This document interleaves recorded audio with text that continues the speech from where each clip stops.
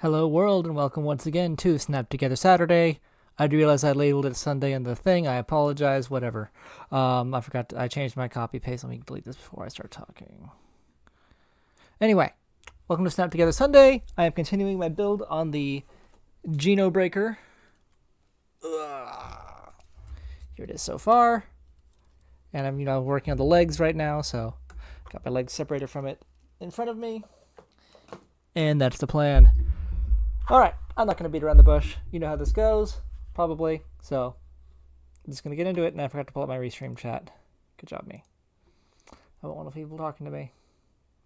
If you've said anything in the last few minutes, give me a second. I didn't see it.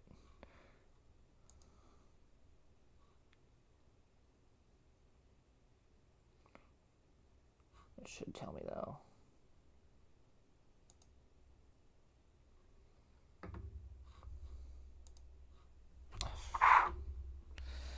Of course I'm not signed in. Hang on. Oh, technical difficulties.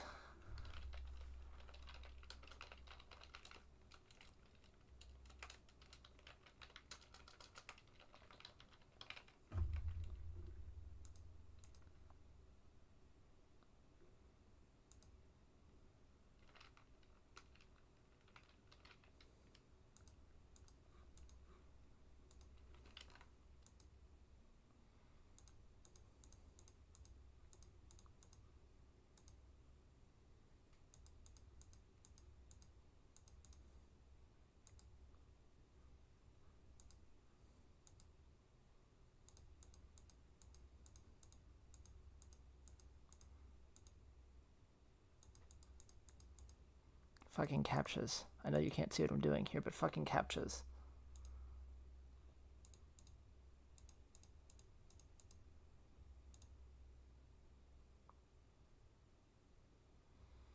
Okay. I'm online. Let me go ahead and switch my view over to the main view, and we'll get this thing started.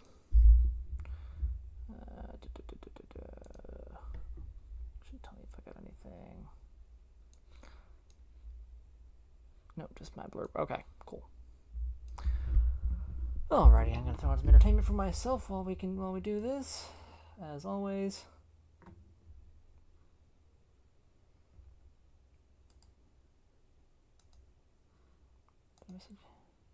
Yes, I did. Okay.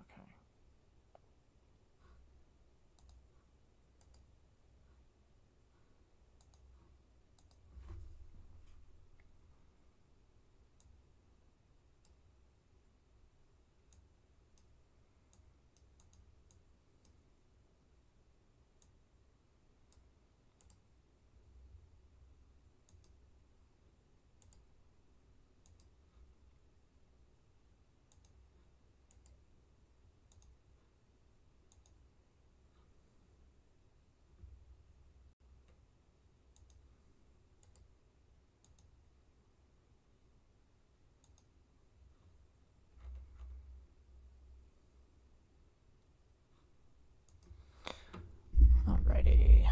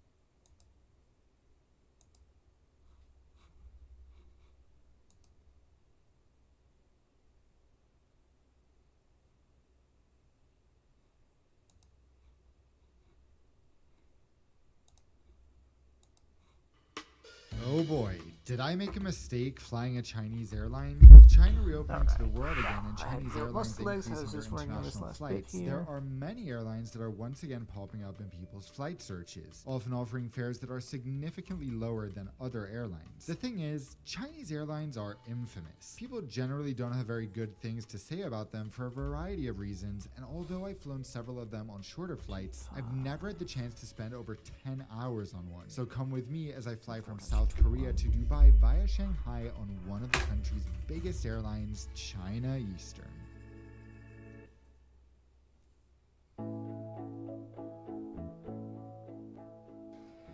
Annyeonghaseyo from Korea, where a Chinese adventure is about to begin. So the Chinese airline I am flying today is China Eastern, and let me tell you, the experience has already been a huge headache, and we haven't even started. Yes, so things started out very bad. I'll share everything that led up to the flight throughout the video, and I'll share the absolutely insane cash fare I paid for this ticket at the end. One massive frustration initially was the inability to select seats. During booking, I could select them, but this is what most China Airlines cabins looked like a few weeks out. You see those seats with an X? Those are blocked, meaning they can't be selected. So although tons of seats were empty, Oscar and I couldn't get seats together. Well, it turns out that after booking, there is no way to change your seats. I called the airline 3 times, and every time the agent barely spoke English, but eventually conveyed the fact that seat selection isn't possible until I get to the airport. Once we're at check-in in Seoul, we finally asked to change seats on the sold-out Shanghai to Dubai leg. Nope, not possible until we depart Shanghai. What? At this point, the seat map looks like this, and neither of us have a window seat. So somehow, we've been screwed. Well, we passed through Incheon to the satellite gates, arriving at our gate the minute our 777 pulls in from Shanghai. East Asia really is a different place. My 777 just landed that's taking us to Shanghai in 1 hour, and you may think, 1 hour? That's not a lot. Well, here it's very normal to schedule a turnaround time of 1 hour, in this case exactly 60 minutes on a 777-300, which is just unbelievable and impossible in most parts of the world.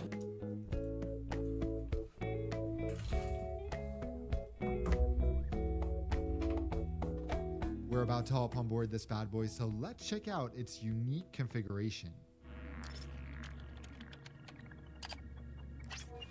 China Eastern's Boeing 777-300 features 258 economy class seats, 6 first class seats in front, and then my cabin for today, business class, which has an impressive 52 seats. Oscar and I managed to get 8 and 9L since business class was virtually empty on this leg, but it turns out that row 8 is best avoided since it doesn't have any windows. As with all regular reverse herringbone configurations, I struggle to recommend sitting in the middle if you're traveling with someone since you're so far apart anyway, but who knows, on China Eastern you might not have much of a choice and just end up here. But what's this? Well, let's see what this strange first class cabin looks like as we hop on board.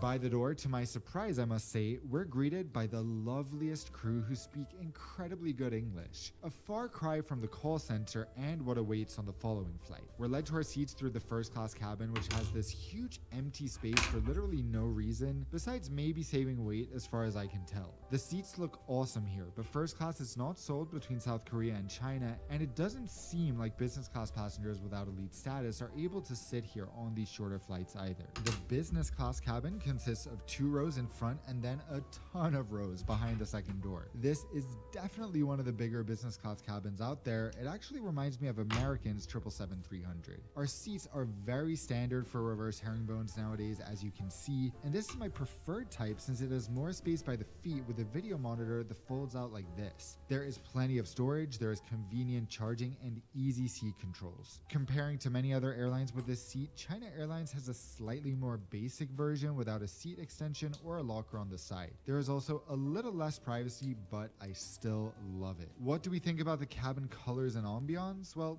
that's up to you. Once you see the second flight, I swear this is very appealing in comparison. Incredibly enough, there is pre-departure service consisting of a choice between water, fancy orange juice, or champagne, as well as beautifully presented hot towels. Very nice. The cute safety video plays as we push back, and I have a moment to check all the in-flight magazines, including this morning's Shanghai Daily. That's a nice touch. There's even a beverage list on this short flight, but nothing for the food. The drink list is quirky to say the least, and although the alcoholic selection is very limited, I love this. Just as for the 90-minute flight to Shanghai.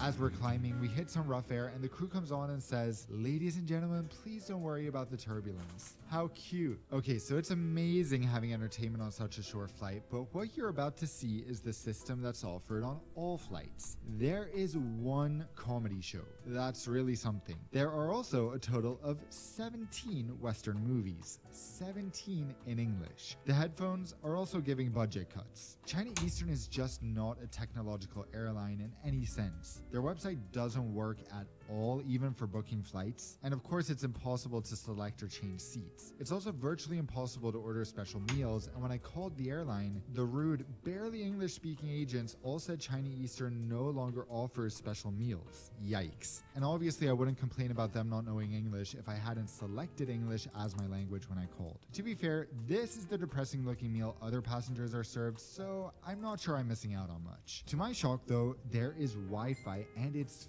free for all business class passengers. Even crazier, the speeds are genuinely fast. There are also slippers that are beautifully presented, and speaking of beautiful things, this is their freeze-dried fruit drink, which is served with another hot towel. I am so torn right now. How can some aspects be so laughably bad and some be so awesome? With such a short flight time, there obviously isn't time to sleep, but I recline the seat to give you guys a look at bed mode, which is nice. Can I just say how impressive it is that they offer blankets and a plush pillow on a flight this length? Unfortunately, there are no individual air vents to control the temperature, but honey, there isn't even time for that because 45 minutes before landing, just halfway through the flight, the crew come by ordering everyone to store computers, put their seats upright, and prepare for landing. Excuse me, we're at cruising altitude, but I'm also not surprised. That's Chinese law, not the airline.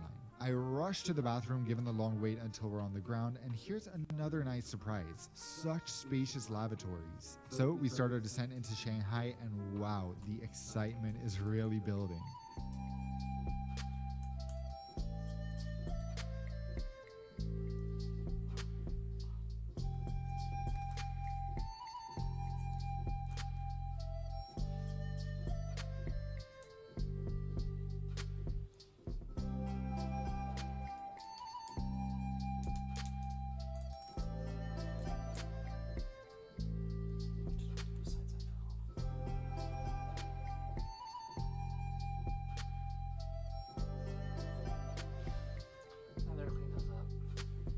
We touch down, and after 20 minutes of taxiing, I leave the flight feeling overwhelmingly positive about the onboard experience, well besides the entertainment system and the meal situation. Now the question is, will my second flight live up to this high standard? Well, stay tuned to find out. Without a doubt, my favorite thing about flying China Eastern is the 24 hours we get to enjoy in Shanghai. It's an even more awesome city than I remember. There will be a vlog from our 24-hour layover here coming to Oscar and Dan very soon. It's just crazy experiencing Shanghai post-COVID, and I know you don't want to miss that, or at least I hope you don't. Shanghai Pudong is a wild I have no airport. interest in It's Shanghai massive, the post-COVID. architecture is intimidating, presumably by design, and sadly, it's still pretty empty post-COVID. Our arrival the day before was fast and smooth as a consequence, and so is our departure with minimal traffic to get to Terminal 1 and a blissfully empty outside and inside of the airport. We head all the way to the China Eastern Premium check-in area. What an elegant, peaceful place to check in. At this point, Expert Flyer isn't looking so promising when it comes to seating, but the lovely check-in agent goes, "Would you like to sit together? There's a window seat and an aisle. Come again?" "Yes, please." And she did it. After online problems, the issues in Seoul, all those worries were apparently for nothing. And then she goes, "Your VGML is confirmed." I'll explain more later, but what a good start to the travel day. We clear security and immigration, take the train to the G gates, which are eerily deserted, and pop into VIP Lounge 137. Great name, right? This is an enormous lounge considering they normally have 3 more like it, and I like the design. There don't seem to be a ton of exciting amenities. Well, besides this Relax Australia section, I'm just as confused as you, don't ask. Also, is it Relax Australia? Or more like, geez, Relax Australia? The food spread, on the other hand, didn't relax. It is massive, but just as expected in China, lacking non-animal based options.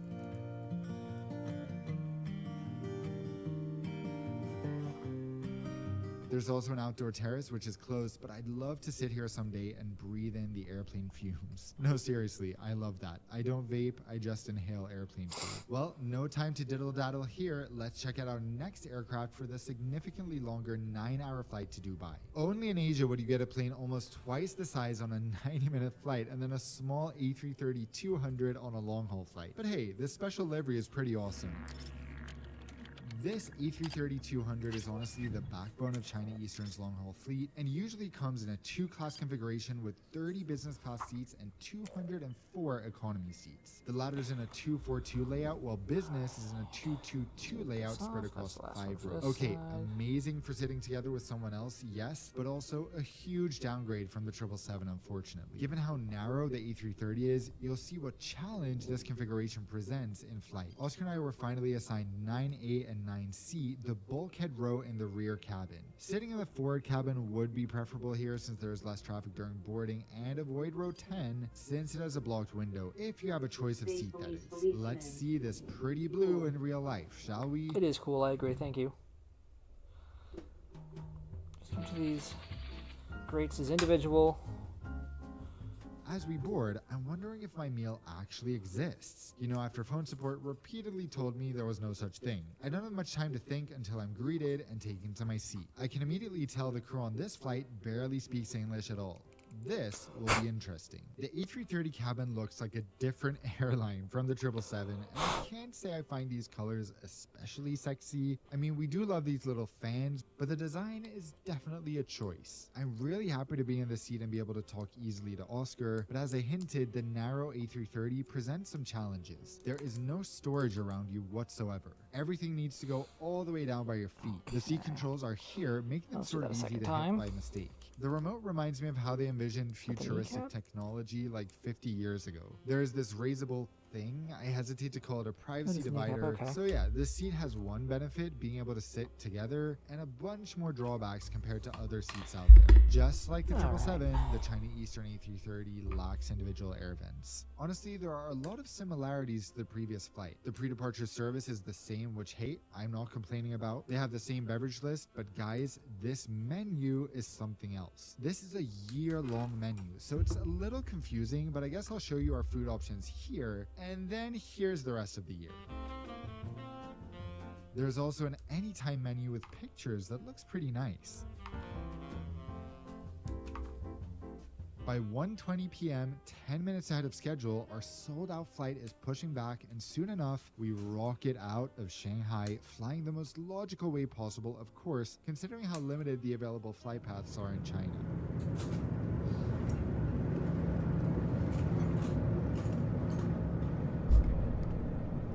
The views outside are quite interesting, which is good because we have the same meager entertainment selection as on the previous flight, but again, the free Wi-Fi helps sweeten the deal.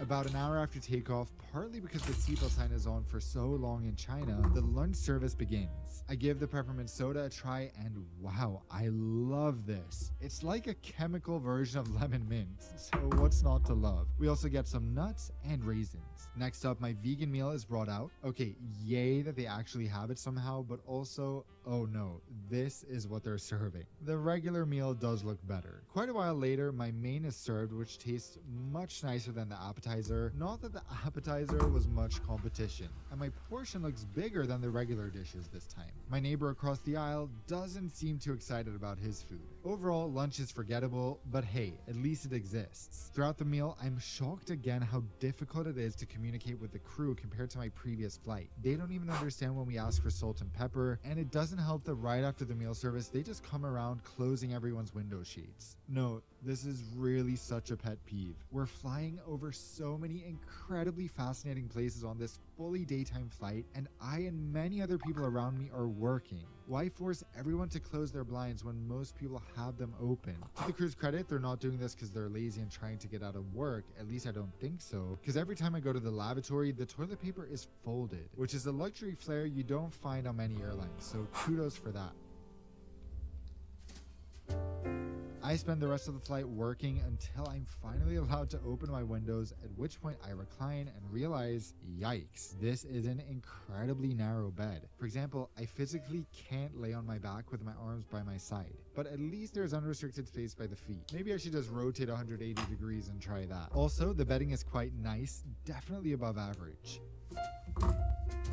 For some reason though, the crew only seem to hand out amenity kits on request, so I finally get a hold of one. The packaging is pretty cute and the contents are standard. 2.5 hours before landing, which seems like an awful lot, the pre-arrival meal is served. Before the meal, I have this cup glass and banana peel next to me for hours. The crew walk by and see it so many times but never collect it. I have to ask them to do it even after the meal is served. So the appetizer is literally depression on a plate, but again, at least they have a special meal. The main, on the other hand, is actually quite tasty, even though it looks like someone shook the plate about 20 times before serving it. A while later, the crew suddenly began preparing the cabin for landing 45 minutes before arrival again. That means no computers, no recline, no more drinks, and no more bathrooms.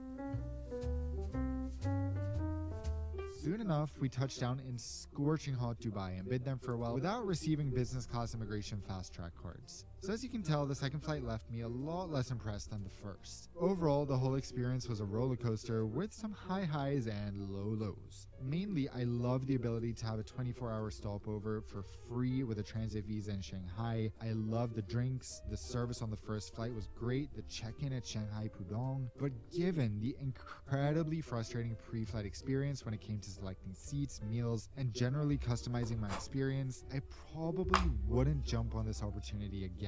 The in-flight entertainment is also really bad. It's pretty challenging to have a crew that really doesn't speak English. The A330 seat is very far below the competition on most routes, and the meals, I think for everyone, were a little underwhelming. Overall, I leave with very mixed thoughts, and I definitely wouldn't be opposed to doing this again. But yeah, if there are better options either with points or at similar prices with cash, I will probably opt for those. I found this fare on Google Flights at an insane $700 one way from Seoul to Dubai. According to Google Flights, you can book it through these sources, and of course I'd love to opt for the airline website whenever possible, except whenever I would search business class on China Eastern's website, no results would appear. It would simply show me economy on any route I searched. Therefore, I finally decided to book it through the most legit place I could think of, booking.com. Not a good place to book flights at all, but it seemed like the most decent option if the airline website wasn't available. Booking.com actually let me submit the meal request and select the seats during booking, but yeah, no changes could be made either on booking.com or via the airline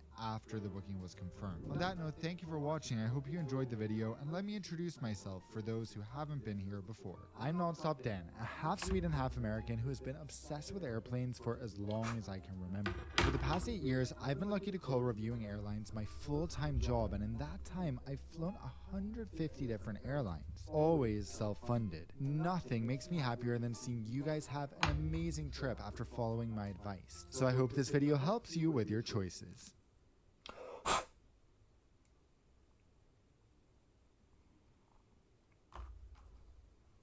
Cool.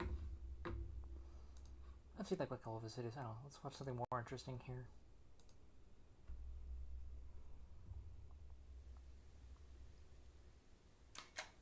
Welcome to the Theater of Magic. I love pinball. The sights, the sounds, the physical nature of actual stuff happening in front of you, and not just on a video screen, have long appealed to me. In fact, for as long as I can remember.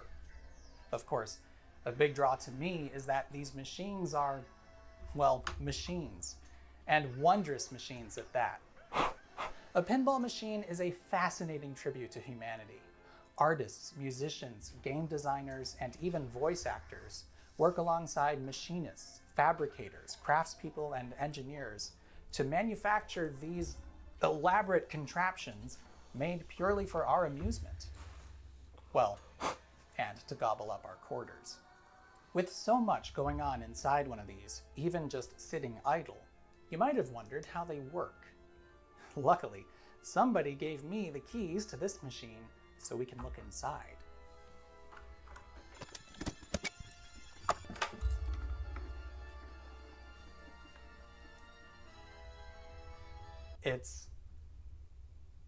It's a computer.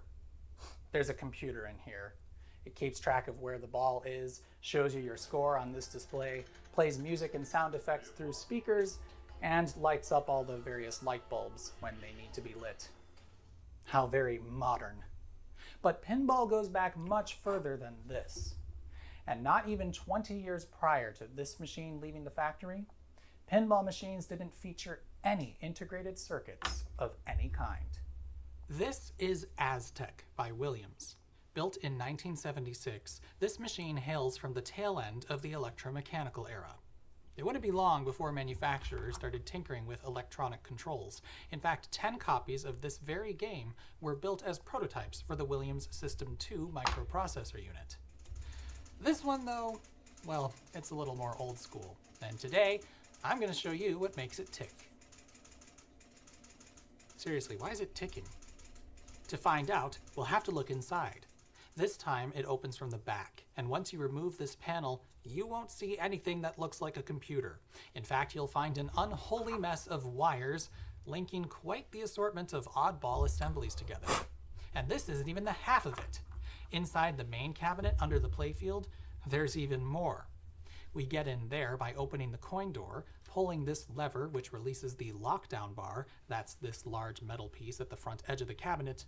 Then once we remove the lockdown bar by lifting up on it, we can slide the glass out and the playfield will simply lift right up. There's even a handy prop rod. Now that we're in, we see even more wires and even more stuff. And that's not even the whole of it. Some of the control mechanisms are attached to the underside of the playfield. Each and every one of these devices is critical for the function and logic of this game.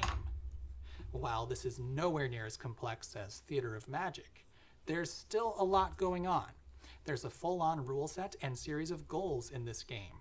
Different targets light the letters A, Z, T, E, and C. Light them all up and there's a chance for an extra ball. There's a bonus added for hitting certain targets, which is awarded at the end of each ball. And if you hit the right targets, you can double the bonus value. There's more too. If you complete Aztec and fill the bonus ladder up to 50,000 points, that lights a special, which awards a free game.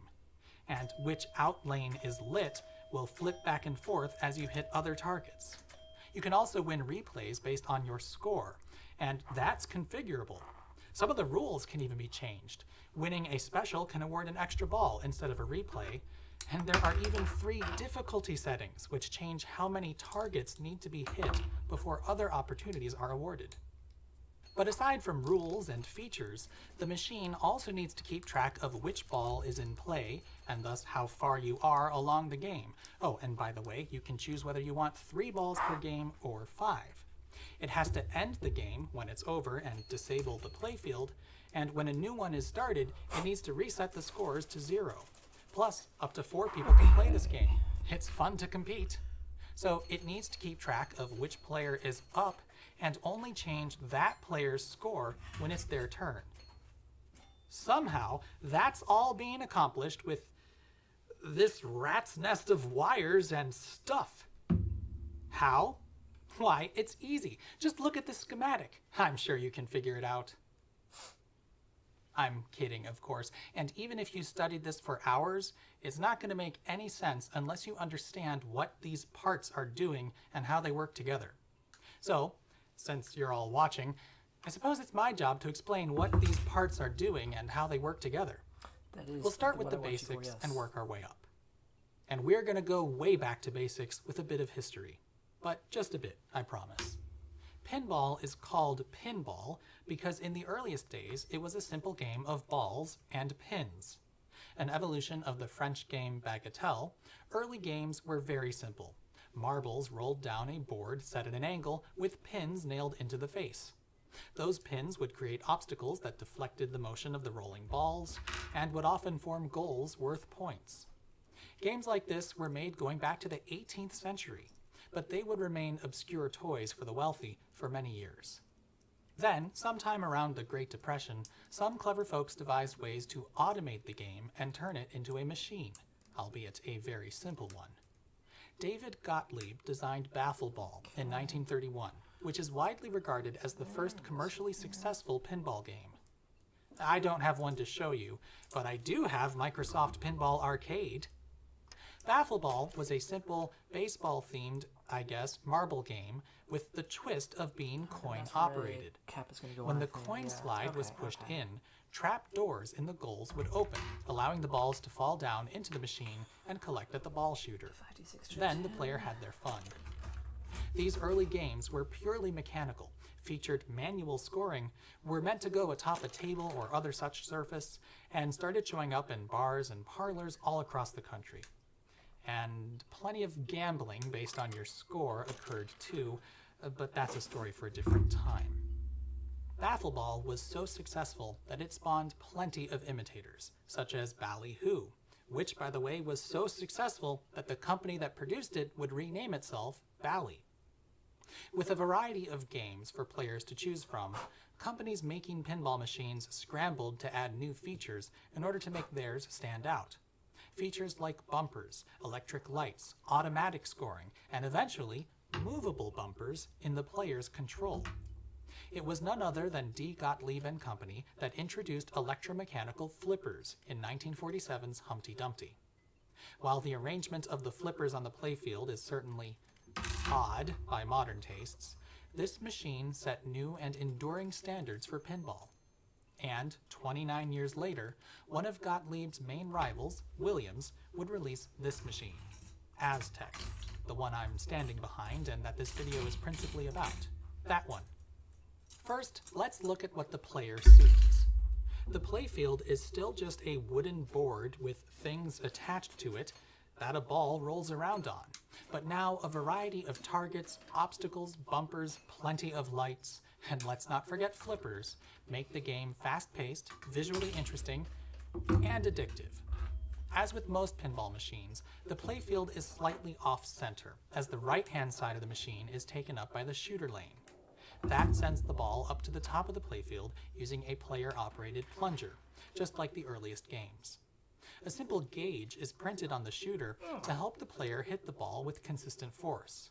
Depending on the game's design, the strength of the initial plunge may be important, and many games feature a deliberate element known as a skill shot, where extra points are awarded if you get the plunge strength just right.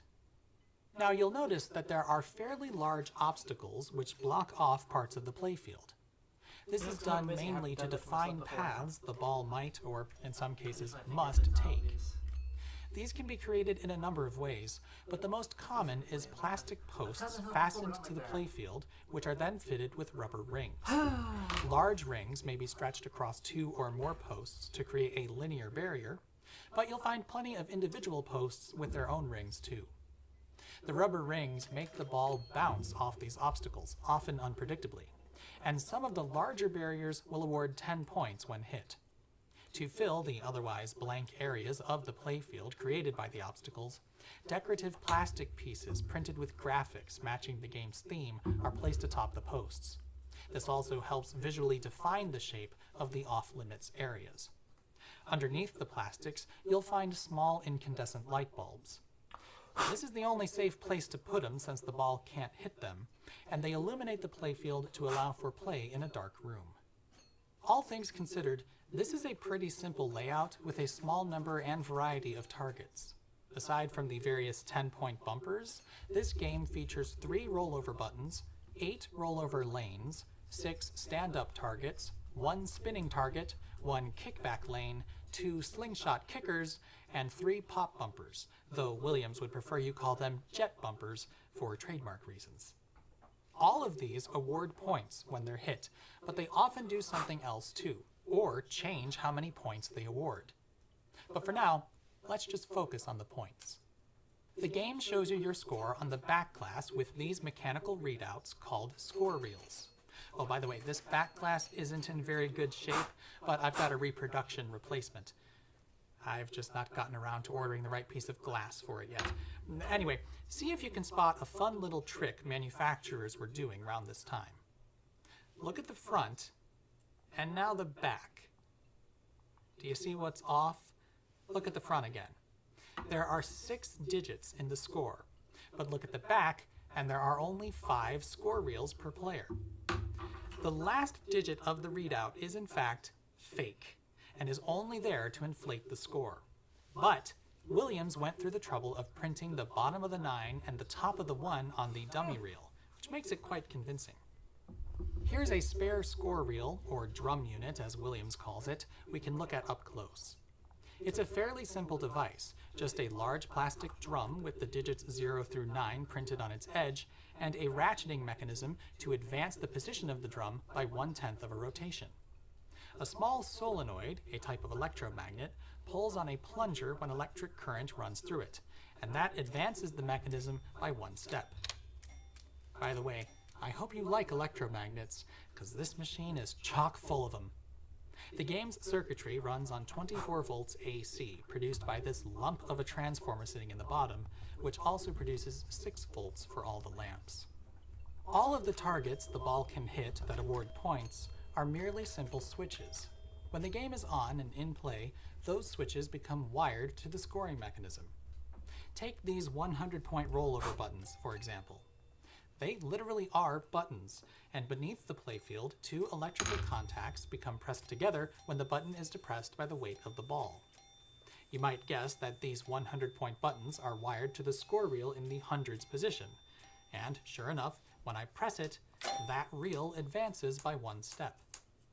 But that's not all that happened. A bell rang at the same time. Sitting in the cabinet near the coin door is the chime unit. This is a unit with chimes. Each of its 3 chimes has a solenoid sitting below it, and when power is sent to the coil, it flings a plunger up into the chime, which gives it a right smack. That certainly rings a bell. Since 2 solenoids were fired with 1 switch, solenoids that draw a lot of current and are located in 2 very different places, the switch on the playfield isn't what's powering them. Instead, the playfield switch powers a relay, specifically the 100-point relay, which lives in the back box. Relays are switches that are actuated with, wait for it, an electromagnet. A coil of wire creates a magnetic field when it's energized, which pulls on an armature, and that in turn actuates a series of switches. Sometimes relays are simple, and sometimes they're not. In pinball machines like this, they're not. Pinball pushes relays to their conceptual limit, using them to create the game logic and do countless other tasks. But that's a big part of why I like these machines so much. Notice that some of these switches are normally open and the contacts close when the relay is energized, but some of them are just the opposite. There's even a third option, make-break switches. We'll see some of those later. In this case, the switch on the playfield, since it was worth 100 points, completed a circuit to energize the 100-point relay.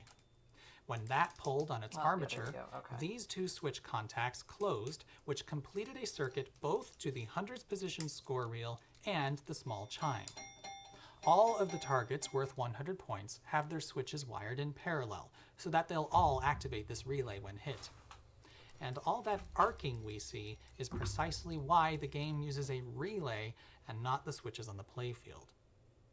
Seems simple enough, but there are many more switches on this relay than just the 2 that bump the score reel and chime. In fact, there are 6. One of these additional switches is there to ensure the score reel actually moves. Solenoids are fast, but they're not instantaneous. If the ball just brushes up against a target, the contact time may have been too brief for the solenoid in the score reel to pull completely on the plunger and actually advance it to the next number. So these two contacts actually provide a way for the relay to power itself. If I bridge them with a screwdriver, you'll see it pull in. On its own, this would be useless. The moment any 100-point target were hit, the relay would lock itself on and be stuck. But that circuit path travels through a switch on the score reel called the end of stroke switch.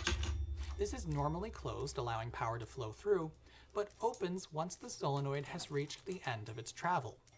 At that point, it breaks the circuit powering the relay, so the relay lets go. Here's what that looks like on the schematic for the machine. Full disclosure, I've made some alterations to this and hidden a fair bit because some of what's visible here is very confusing without context I haven't given you yet, and it's not important right now. When reading the schematic, power flows across the page, and a circuit is active when there's a complete path from the left to the right, though it's AC, so it flows in both directions. The 100-point relay coil is right here. It will become energized when any of these switches close. They're labeled to indicate what and where they are, and sure enough, those are things worth 100 points. But this switch is labeled 100-point relay. That means it's a switch within that relay, and the symbol means it's a normally open switch. So it closes when the relay energizes, and since it also provides power to the relay coil, it provides that bypass, which keeps the coil energized even when input from the other switches is lost. But that switch is itself wired in series with all of these normally closed switches on the score reels. Those are the end of stroke switches we were just looking at. So once the solenoid on whichever reel it's trying to fire has actually fired, the relay will lose that bypass signal and de-energize. Another contact in the relay has to do with the number 9. Okay. The score reels are not mechanically linked. Each one operates entirely independently of the others. But if you have 900 points and score an additional 100, according to the laws of math, you'll have 1,000. So 2 reels have to move in order to display that sum. They do. And did you notice that 2 bells rang this time?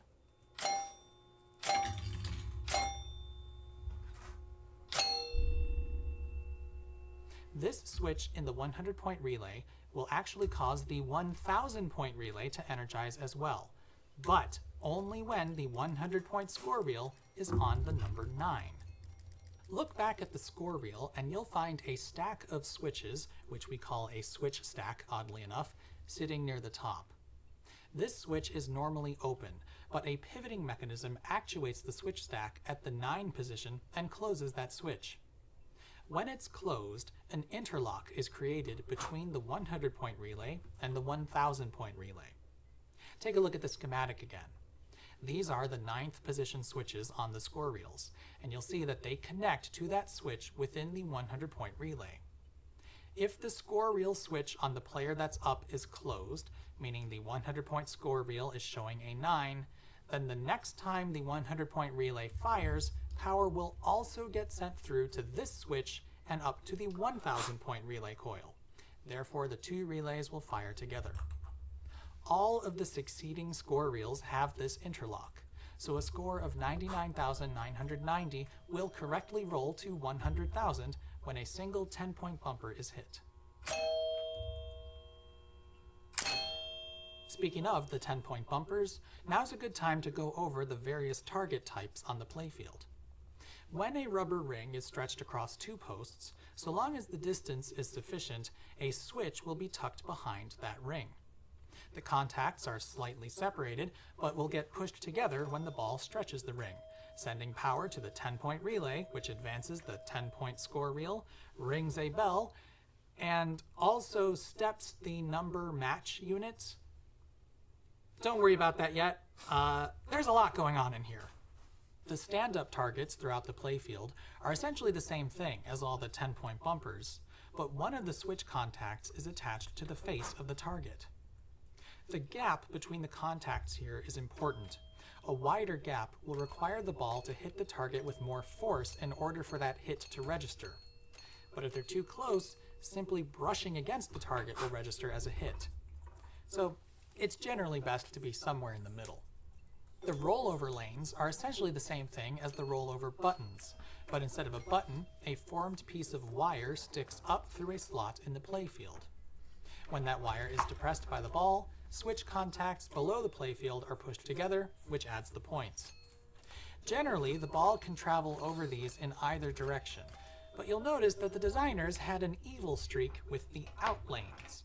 Those have their tripwires formed such that it will only allow the ball to travel down towards the drain. Should you happen to get very lucky and have the ball bounce off the apron and roll up the out lane, which does happen occasionally, unless it's going very fast, it will just bonk into this and fall back down. Boo! The spinning target, while very different in its execution, is similar to the rollover lanes. The metal plate that the ball hits is attached to an eccentric axle, I guess, and a wire linkage connected to the right-hand side goes below the playfield through a small hole. When the target rotates, that linkage is repeatedly pulled up and down, which in turn pulls on a leaf switch, repeatedly connecting and disconnecting the two contacts as it spins. When this target is hit just right, it's quite the show. But not quite the show that the jet bumpers can put on. Pioneered by Williams in 1948, these jet bumpers repel the ball at high speed when they're hit. They're triggered by a circular platform known as the skirt. This is attached to a stick resting in a bowl below the playfield. While rather silly at first glance, this arrangement means that no matter where the ball should hit the skirt, the stick will pivot, which in turn pushes the bowl downward, thereby pushing these two switch contacts together. That provides power to the solenoid beneath the playfield, which pulls down on this angled metal ring that floats above the skirt. When that occurs, the ball finds itself between that ring and the skirt. Solenoids are quite fast, so the ring immediately comes crashing down and makes contact with the ball. Since the ring is angled at roughly 45 degrees, the ball gets flung away from the bumper. This is a very rough process, and since the playfield is made of wood, a mylar protective sheet is installed around the bumper to minimize damage.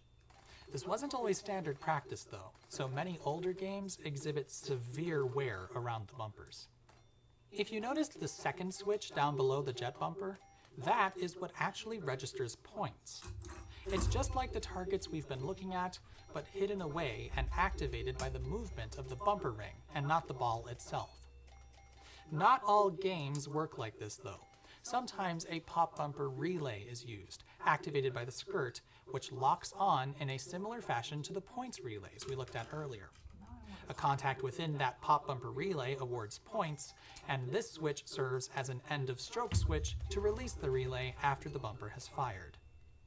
That approach has pros and cons, and Williams opted to power the solenoid directly from the bumper skirt switch. The main downside of this approach is that occasionally the ball will just brush against the bumper, so it kinda sorta half fires and it doesn't award points. And finally, we have the slingshots.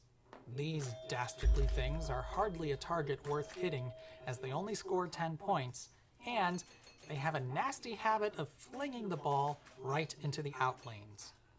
They're made up of 3 posts arranged in a triangle with a large rubber ring stretched across all 3. In the center of the long edge is a kicker just behind the rubber ring. The kicker is flanked on either side by 2 switch contacts. When the ball hits the rubber ring and either of those switches close, power is sent to a solenoid below, which pushes the kicker outward, stretching the rubber ring and flinging the ball away.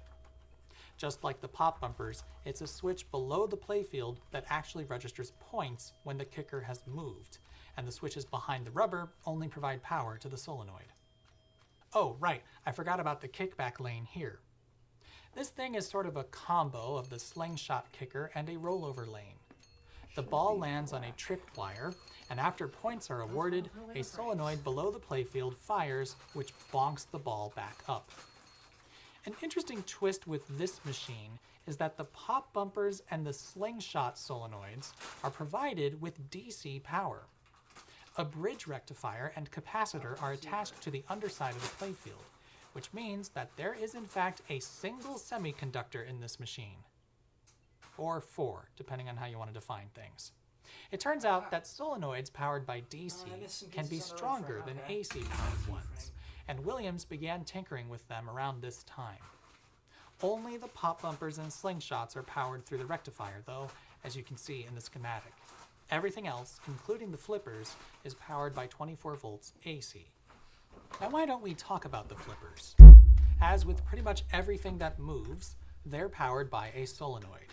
But in this case, they're controlled by the player with buttons on the sides of the cabinet. Those buttons simply push the contacts of a leaf switch together, which sends power to the flipper coils. Then they pull on a linkage and the flipper bat pops up. Flipper coils, though, are unique. See, a strong solenoid needs quite a lot of power. That means they get hot over time. For every other solenoid in the machine, that's not much of a problem because they're only activated in short bursts. But the flippers are controlled by the player, and that player might just want to hold the flippers up in order to catch the ball. That could cause the coils to overheat, and coils that overheat tend to get melty, then smoky, and on rare occasions, fiery. Slow blow fuses throughout the cabinet should prevent a serious problem like a fire in the event that a coil becomes locked on, which can happen, but we want the flippers to be able to stay up without causing any trouble. So, if you look carefully at the flipper coil, you'll see that it has 3 terminals. The long coil of wire that actually makes the solenoid has a connection in its middle, which allows it to function at 2 power levels. When the flipper is at rest, the button sends power to the coil through the center tap. This bypasses half of the coil's length, reducing the number of turns of wire that current flows through, which makes the solenoid more powerful. That might seem backwards, but that's just how solenoids work. But once it reaches the end of its travel, it opens this switch, another end of stroke switch. That removes power from the center tap, meaning current must now travel through the entire length of the solenoid wire. This reduces the current flowing through and the strength of the solenoid, and allows it to stay energized without burning up. And for a demonstration of this principle, observe the change in sound as I force the flipper bat down while holding in the button.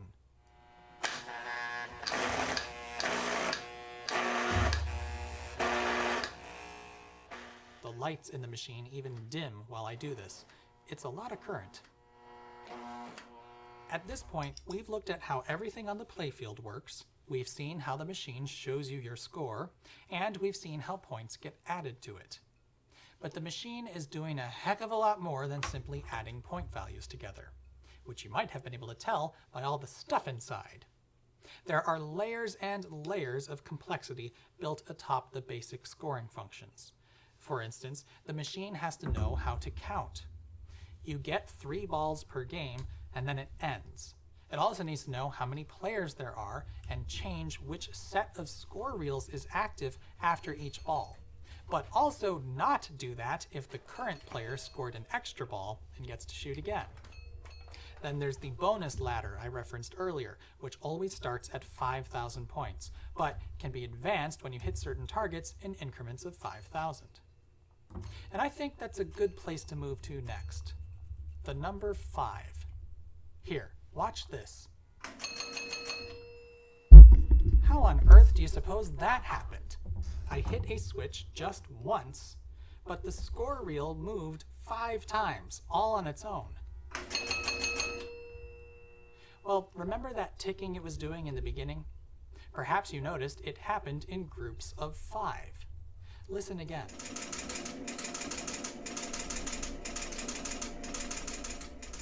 Turns out the number 5 appears all over the place. This target is worth 500 points. This lane scores 5,000, as does the kickback target. The bonus values increment in steps of 5,000 points. And then there's this thing's name, Aztec. That has 5 letters in it, and some of the targets will award points based on how many of those 5 letters are lit. How is it doing all that? And why does everything happen in 5s? Well, it's time I introduce you to the score motor. This wonky looking contraption is the closest thing this machine has to a central processing unit. The score motor consists of an electric motor which, through a speed reduction gearbox, slowly rotates a series of 8 cams, upon which rest a ridiculous number of switches in 8 stacks. The stacks, from left to right, are called index, 1, 2, 3, 4, 5, impulse, and impulse forward. Incidentally, impulse forward just has a single switch, which is used only in the reset sequence. Ah, sequence. What a good word. That is pretty much the whole idea of the score motor. It allows things to happen automatically in a sequence. On every one of the 8 cams, there are a series of divots or bumps. These will actuate the switch stacks as the cam rotates. Either the stack will briefly fall into the divot and the switches within will make or break contact as they move, or, in the case of the 2 impulse cams at the far right, a series of bumps will push up on the switch stack, which accomplishes the same thing. The cams 1 through 5 are all offset such that the switches they actuate will be bumped in sequence, 1, 2, 3, 4, 5. And impulse and impulse forward are bumped 5 times with every rotation. The index cam on the far left is critical for the score motor's functions. The switch on the top of this stack is the motor run switch. It's much like the self-powering interlocks we've been looking at in other relays. When closed, it provides power to the motor and thus it will run. And crucially, that switch is closed whenever the motor is out of its parked position. Once it gets back to the parked position, the switch stack falls into the divot, that switch opens, and the motor stops. In practice, this means that if anything should cause the motor to start moving, it will keep itself moving until it's made a complete cycle. It even works if I just push on it. Alright, and then that goes on. But you'll notice that when I did that, Alright. nothing happened. This is what's both very confusing and completely critical to understand about electromechanical systems like this. With the exception of the motor run switch, the rest of these switches aren't connected to anything, even when the game is on and in play. They're just there, clicking away without accomplishing a thing because the wires they're connected to hit dead ends. It takes 2 to tango, and to make something happen, the machine performs a dance where it constantly rewires itself on the fly. And what does it use to make that happen? That's right, relays. That's why there are so many of them in this machine. To actually make something occur, you need a relay to connect these bouncing switches to other things in the machine. That way they'll, do stuff. Oh, Take this rollover worth 5,000 points as an example. You'll never guess what the 5,000 point rollover switch completes a circuit to. It's none other than the 5,000 point relay, which lives on the underside of the playfield. This relay has 3 switch contacts, which all connect to the score motor. The switch on the right sends power to the motor to start it turning, which you can observe when I bridge the contacts.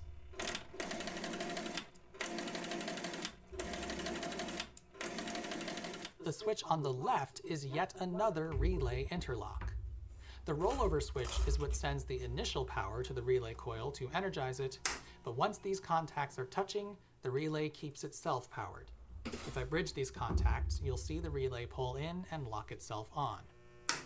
If this feels familiar, well, it's doing the same thing as the switches on the points relays in the back box. It keeps the relay energized until its task is actually complete. And right now, I've disabled the score motor.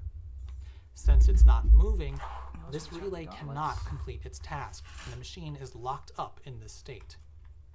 Its task, remember, is to add 5,000 points to the score. And the middle contact in the relay is what makes that possible. When closed, this connects the 1,000 point relay in the back box to this switch on the top of the impulse cam of the score motor. Interesting, the hip cannons When I come at the plug very the score end. motor back in, the cams begin rotating, and since the impulse cam actuates its switch stack 5 times, the 1,000 point relay will receive 5 pulses through this switch.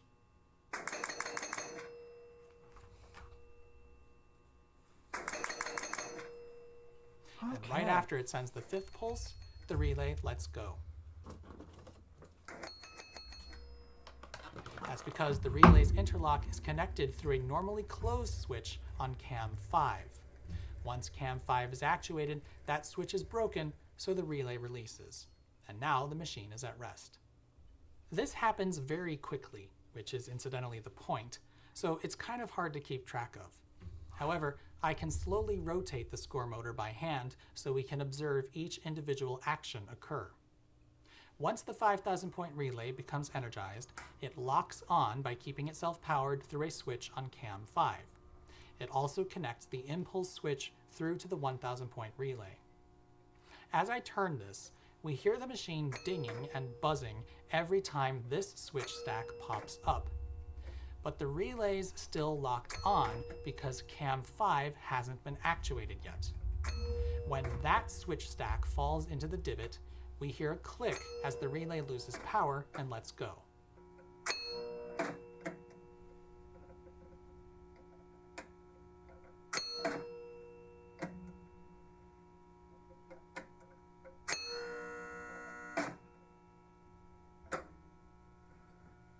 As you can imagine, the timing here is critical, and the cams are aligned so that the 5th bump of the impulse switch happens just before cam 5 actuates its switches, which also happens just before we get back to the start point and the index switch actuates. With the score motor re-enabled, this happens quickly and automatically.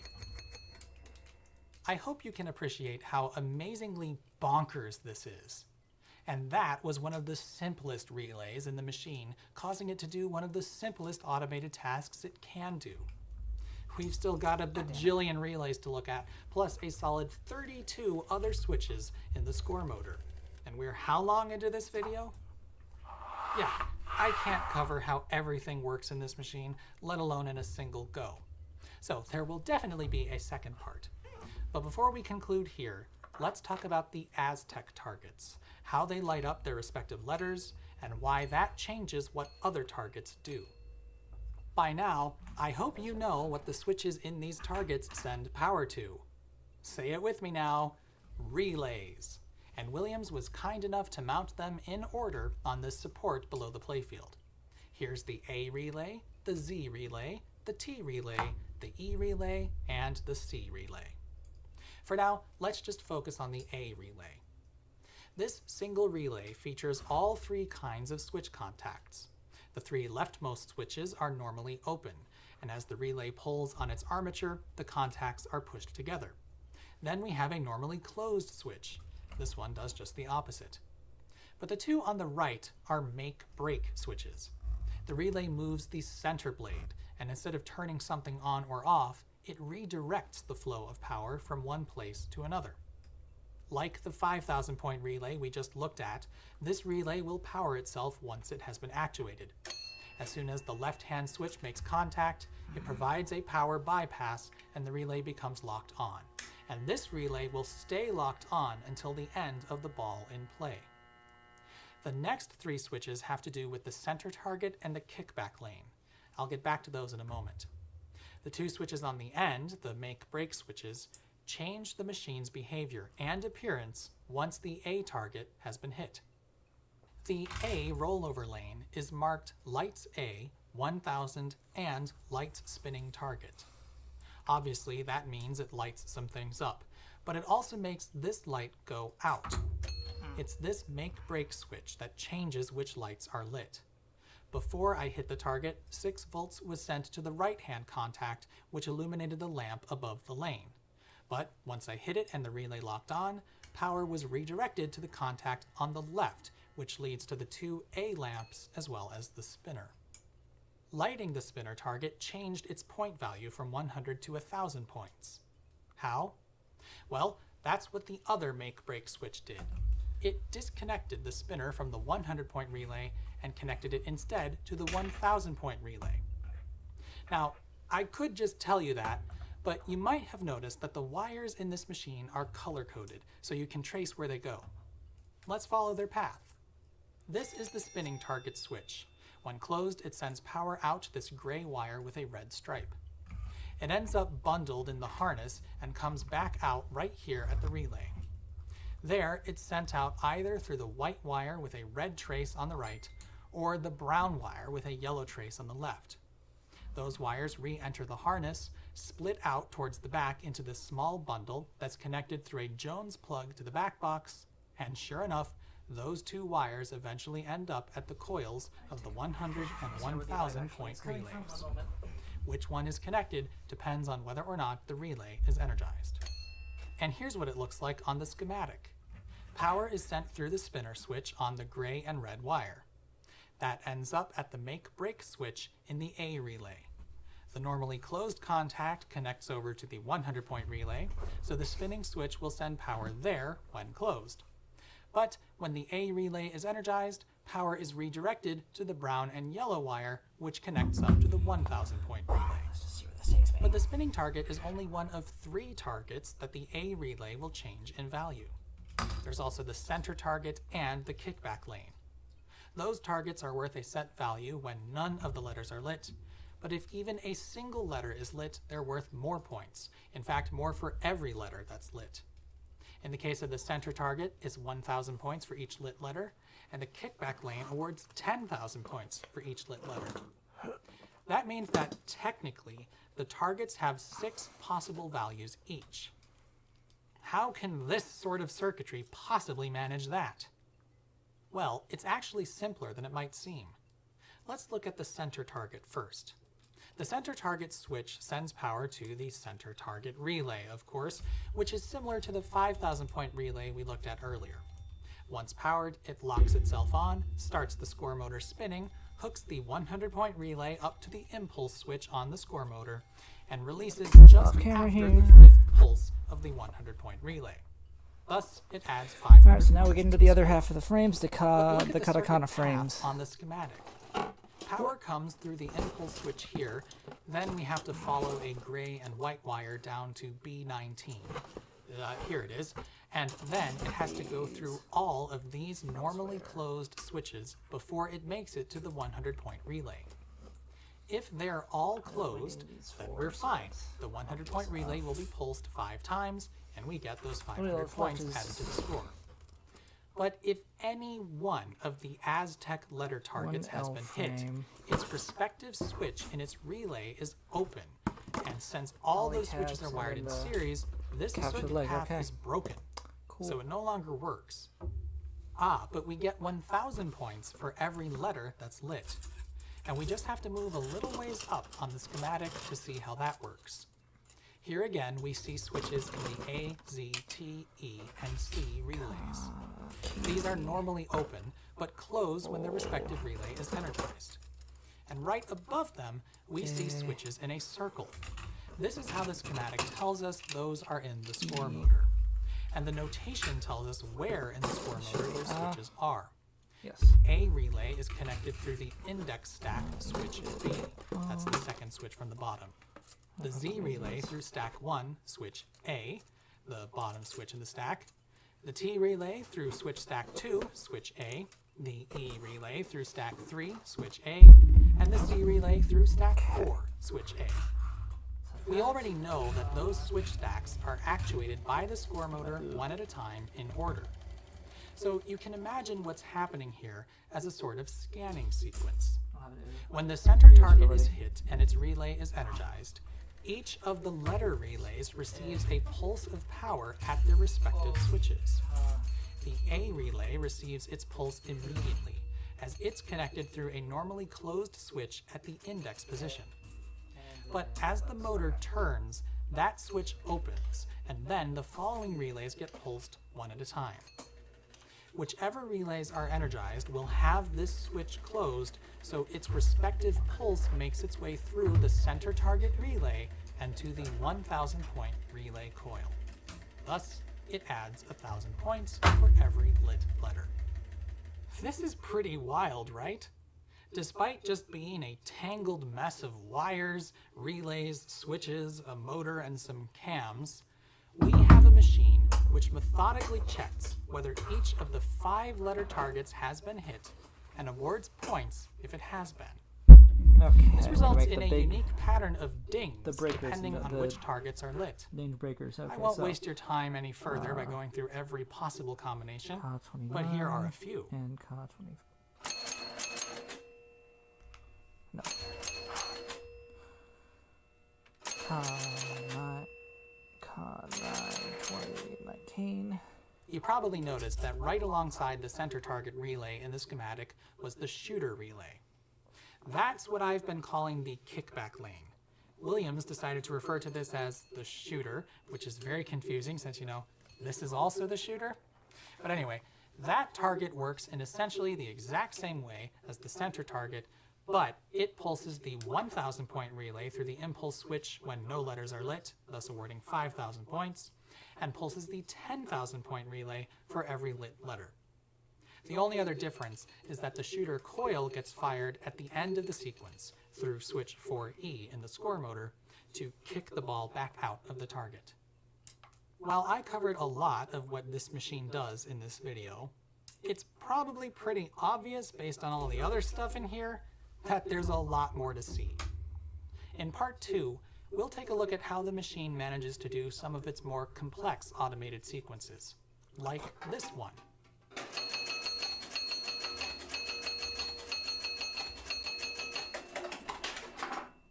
Yep, it added 25,000 points to the score all on its own, then changed the ball in play light from 1 to 2. Apparently, it can count. And it also knows your score. Cross 350,000 points and you've won a replay. Stay tuned for how that all works. It's just as nuts as everything you saw here. Thank you very much for watching. I hope you enjoyed it and that I've been able to help you understand all this nonsense. The thing is though, it's not nonsense, it's logic. And that's part of why I like machines like this so much. You can actually look at them, pick it apart, and understand what it's doing and why. It blows my mind how folks of the past figured all this out and got these things manufactured in mass. And perhaps even more mind-blowing, while this machine is from 1976, most of the tech in here existed in some form back in the 1930s. It just got built up in layer after layer until we arrived at this. And to be honest, this machine isn't that complex. There are plenty of electromechanical pins out there which have much deeper rule sets and many more targets. In fact, 20 years prior to this one getting manufactured, Bally introduced a game with multi-ball. Yeah. Maybe one day we can take a look at a more complex machine, but for now, I need to go to bed. Good night, everybody.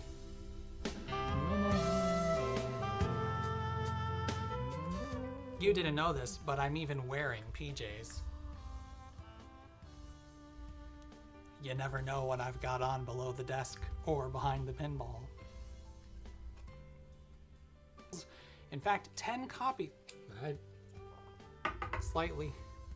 Ooh, the left-handed teleprompter control is gonna throw me off. I'm just gonna need to pick this up. Quite the assortment of weird We can slide the glass out and the playfield will simply lift right up. I botched the word simply. And just a bit, I promised. Promised? That's not the... What? Large rings may be stretched across 2 or more posts to create a linear barrier, but sometimes that sounds weird and I'm gonna start over. But you'll find plenty of individual rings with their own rings too. Well, this line's not going great. And that advances the mechanism by 1 step. Or it would if I weren't so clumsy.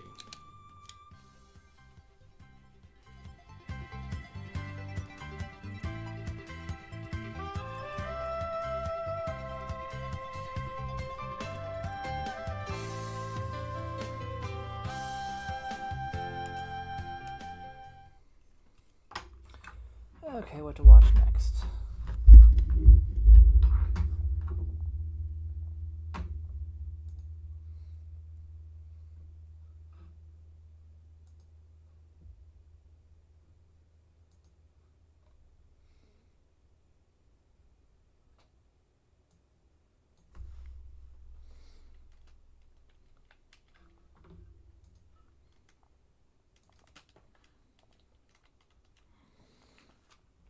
Watch my friend's stream.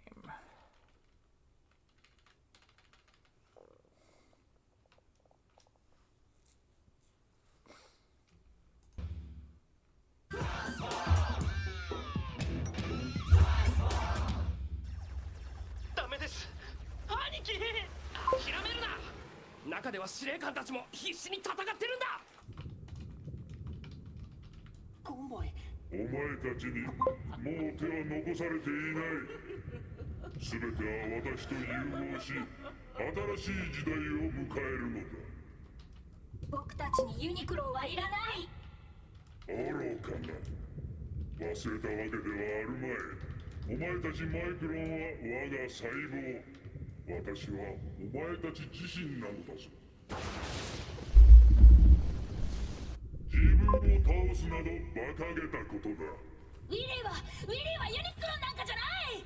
そうよ、マイクロンは平和を愛してるのよ。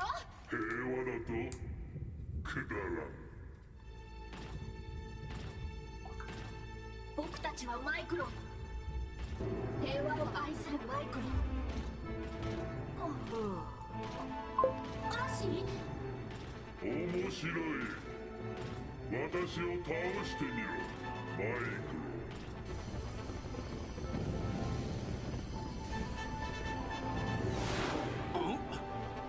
おっとなんだ、マイクロンの様子がおかしいぞ。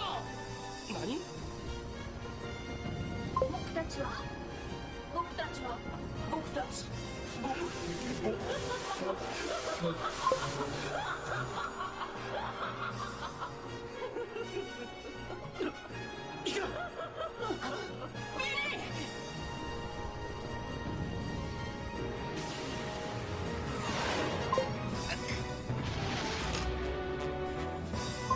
マイクロンが分離した？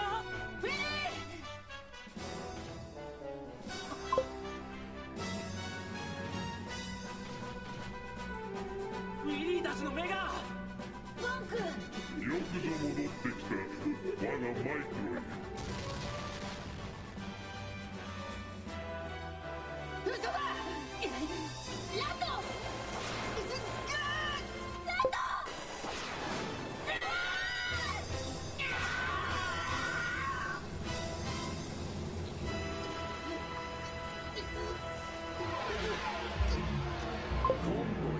お前のぬるい正義感には変化でしょう。トランスフォーマーたちよ、その正義感をかざして私と戦うがよい。一体どれだけの犠牲が出るかな。見せてやろう、コンボイ。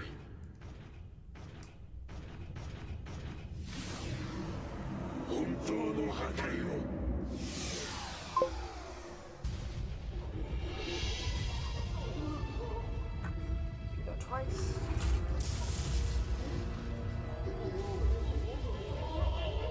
ユニクロンがセーバードロン星に。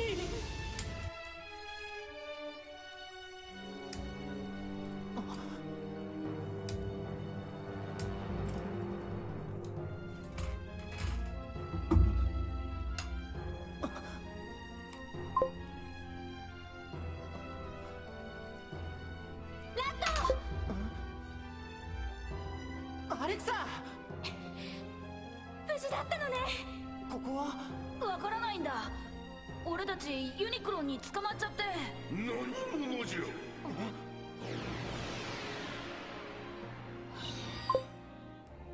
そなたたちは何者じゃ。メガトロン？無礼者め。ここはデストロン帝国破壊大帝メガトロンの宮殿であるぞ。ああ、そっか。これはメガトロンの心の中なんだわ。メガトロンの心の中？わかった。僕たちみんなユニクロンに取り込まれちゃったから、みんなの意識がごっちゃになってるんだ。珍しく鋭いわねジム。つまり破壊大帝メガトロンなんてのは幻で。うるさい。あしとらえろ。大丈夫よ、こんなの偽物なんだから。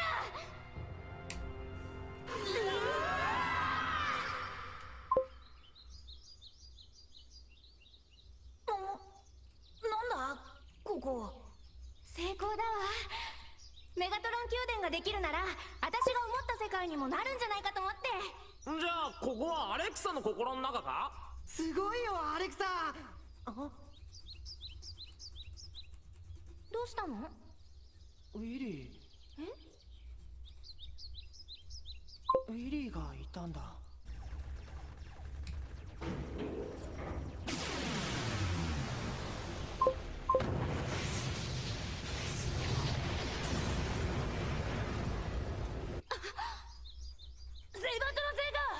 ユニクロンの意識がこの世界に流れ込んでいるんだ。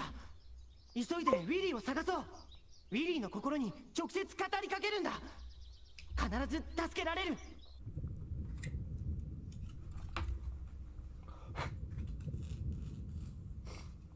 ィリー小賢しい。ウィ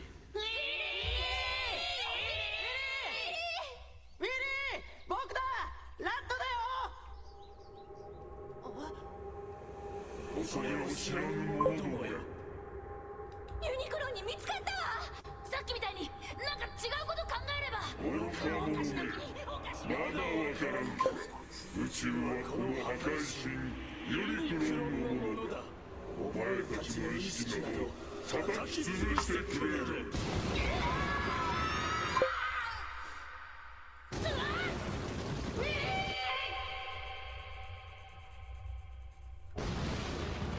バカな奴ら。おとなしくしていれば私の中で生きてゆけたもの。とどめだ。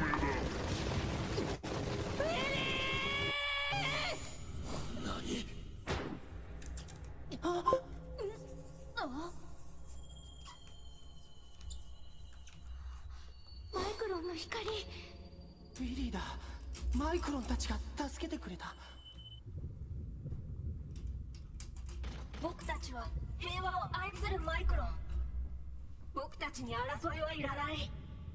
ユニクロンはいらない。子供たちが。おのれ、また裏切ったな、マイクロン。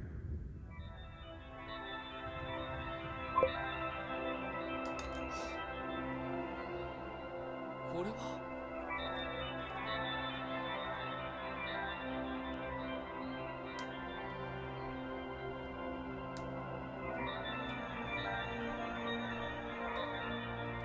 マイクロンたちが。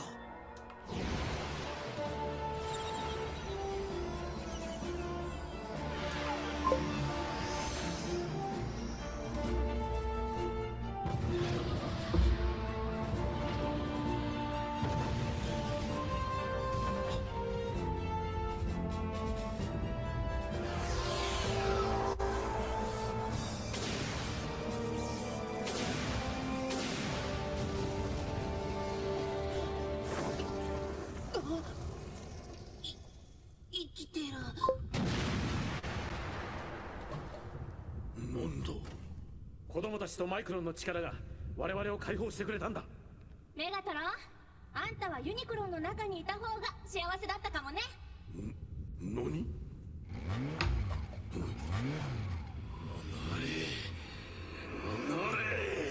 許さんぞ、裏切り者マイクロン。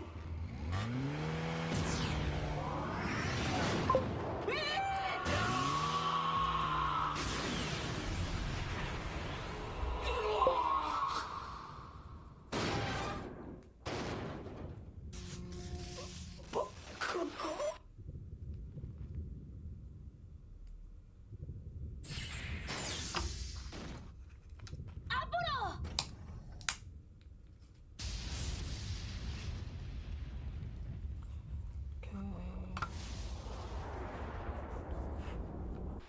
ユニクロンの動きが止まったぞ。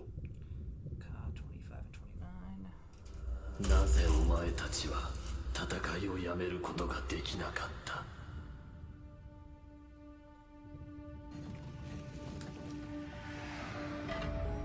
扉が。仕方がない。他の道を探すんだ。コンボイ。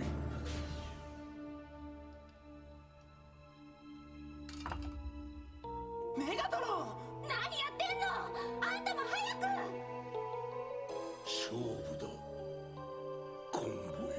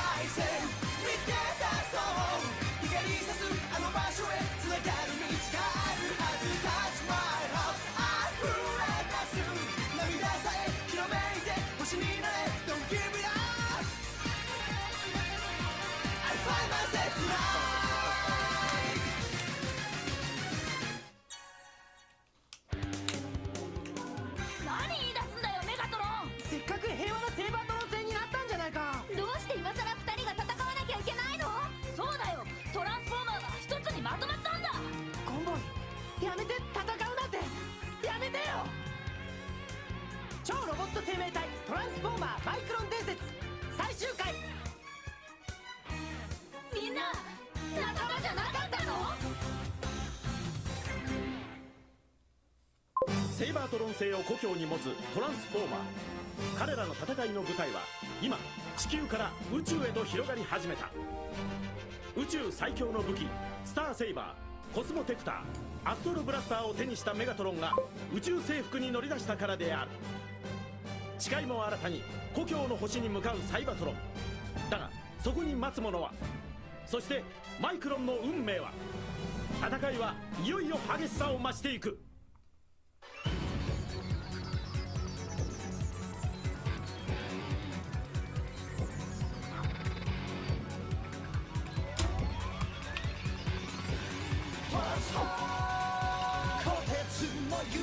輝け眩しい光を浴びて渦巻く銀河の彼方へ旅立てよトランスフォーマーズ。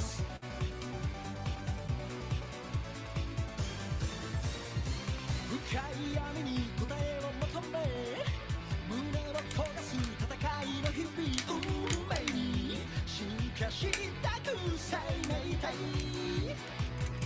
傷つきさまよいそれでも優しさ探し当てた時、君の中何かが変わり始める。虎鉄の勇気輝け眩しい光を浴びて渦巻く銀河の彼方へ旅立てよトランスフォーマー。伝説の勇者戦え溢れる想い抱いて、いつの日かこの空いっぱい勝ち誇れトランスフォーマー。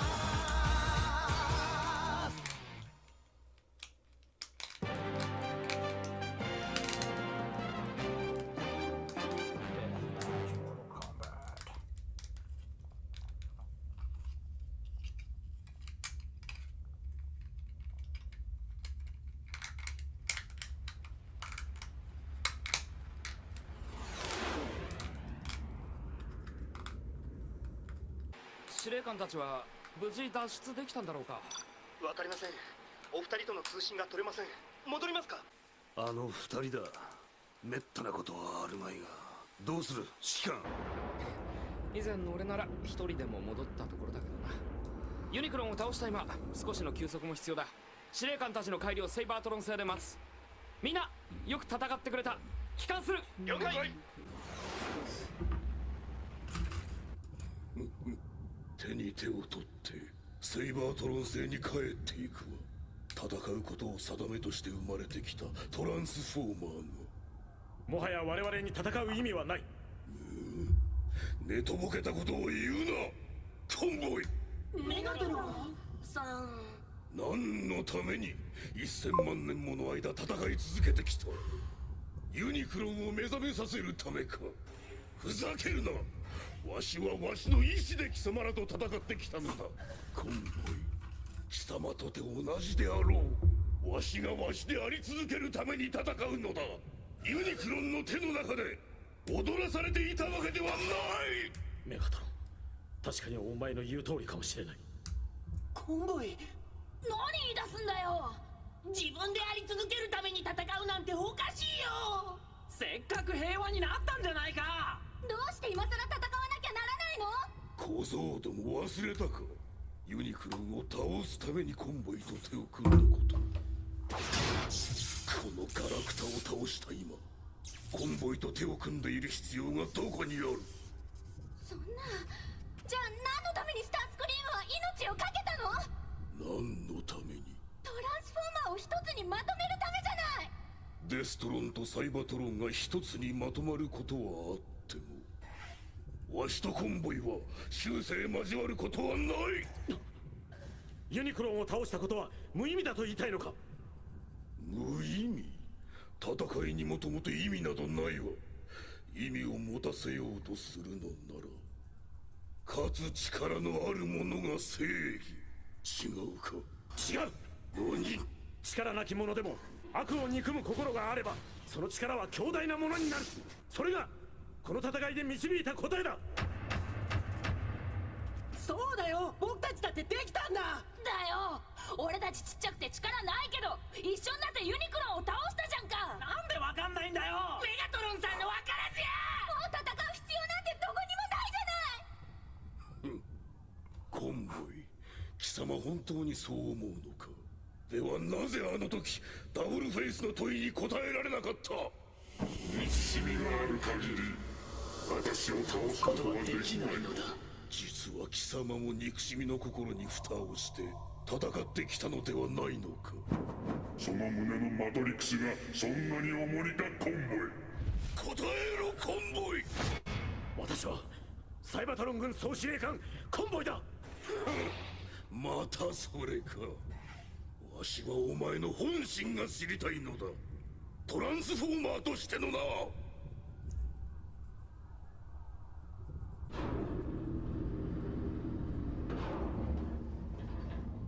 兄貴、ユニクロのやつ動いてますよ。何？どうするホットロッド？二人と子供たちはまだユニクロンの中か？そのようだな。ホットロッド、全軍に再度攻撃命令を出すか？いや、全軍待機。奴の動きによってどんな弊害が出るともわからない。その時に備えろ。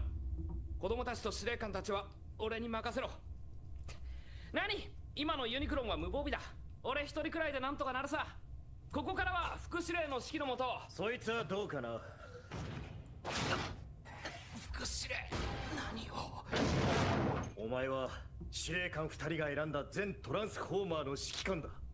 これから先必要な男だ。俺が行く。美味しいところを独り占めはねえぜ、ジェットファイヤーよ。勝手にしろ。勝手にするぜ、ラリホー。地球の子らよ、ここより去れ。今から先はわしとコンボイの戦い。何わけわかんないこと言ってんだよ。コンボイが戦うわけないだろ。コンボイはそう思っていないようだぞ。ラッド、アレクサ、カルロス、ビリー、ジム、みんなよく頑張った。君たちがいなければユニクロンをここまで追い詰めることはできなかった。コンボイ。だがすまん。サイバトロン総司令官という肩書きを取れば私もただのトランスフォーマーだったようだ。ウィリー、アーシー、バンク、マイクロンたちよ、子供たちを頼む。お前たちならここからの脱出口がわかるだろう。コンボイ、戦うの？ここから先は君たち一人一人の力で進むんだ。さあ行け、子供たちよ、マイクロンと共に。コンボイ、戦うのかい？どうしても。また会えるよね。今までありがとう、コンボイ。礼を言うのは私の方だ。ラット、君たちがいなければ私もここまで来ることはできなかった。行こう。ラット、アレクサ、カルロス、ビリー、ジ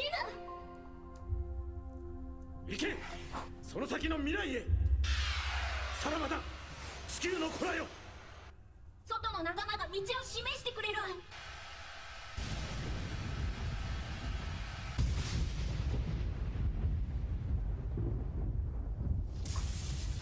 どうしたコンボイ。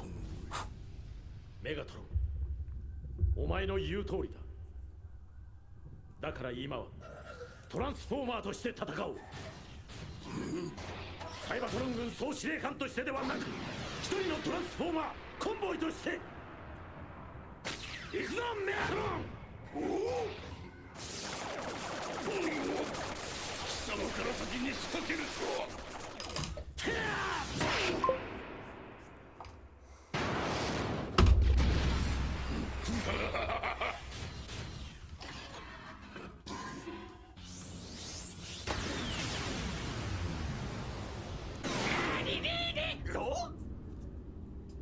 この動き、ひょっとすると。ああ、この野郎、元に戻ろうとしてるんじゃねえか。今一度眠りについて様子を伺おうってわけか。そうはさせね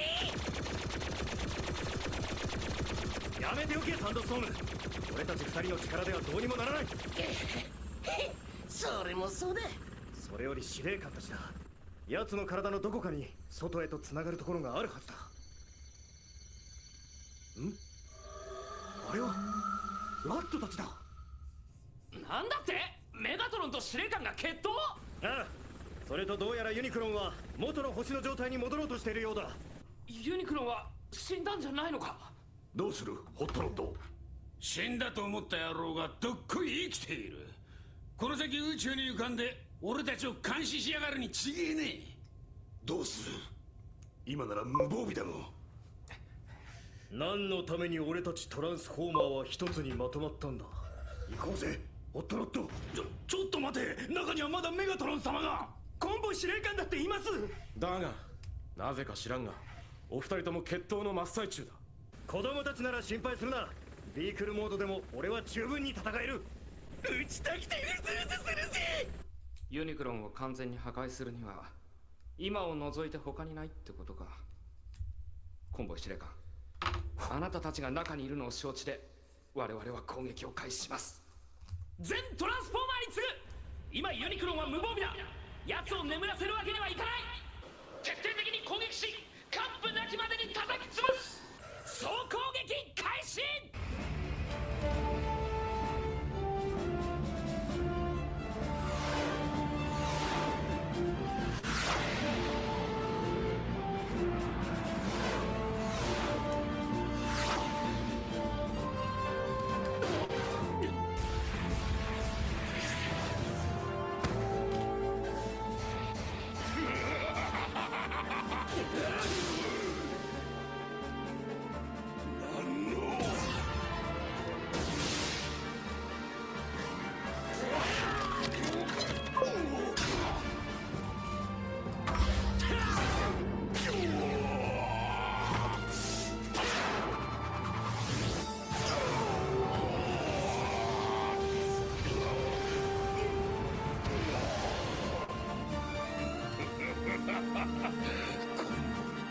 それでこそトランスフォーマーの頂点に立とうとする者の戦い様。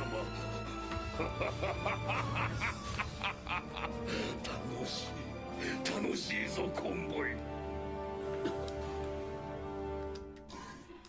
その胸の中の重荷さえなければ、お前の本性はメガトロンと何ら変わるところはない。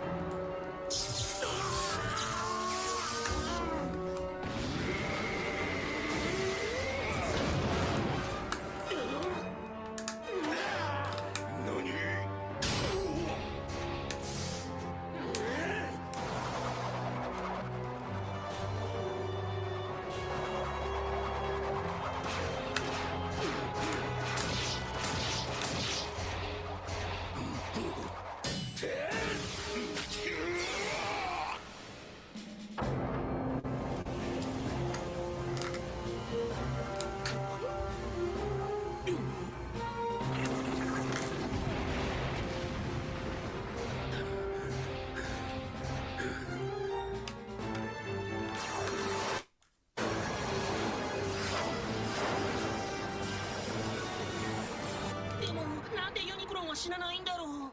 ダブルフェイス最後ダブルフェイス倒しただけではダメなんだよそれ。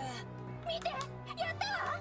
ユニクロの外壁に穴が開いた。よーし、いけいけ。コンボイは大丈夫なのかな。奴の可動部分を徹底的に攻撃しろ。任せておけ。波状攻撃ついてこい。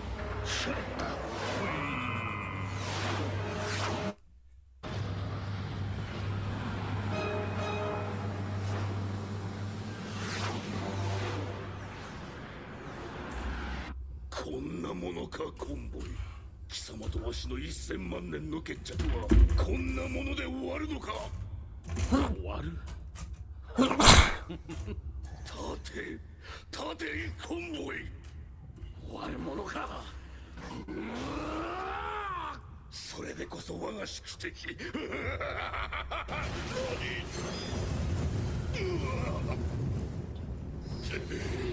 ボイ司令官。メガトロン様。何二人で遊んでるんです。早いとこユニクロンをぶっ潰しましょうよ。ユニクロンだと。もはやこんなクズ鉄用はない。今わしは猛烈に燃えておるのだ。ホットロッド、メガトロンの言う通りだ。私たちに構うな。今は君が指揮官だ。司令官。ホットロッド、ユニクロンが星に戻るぞ。了解。ユニクロンを攻撃します。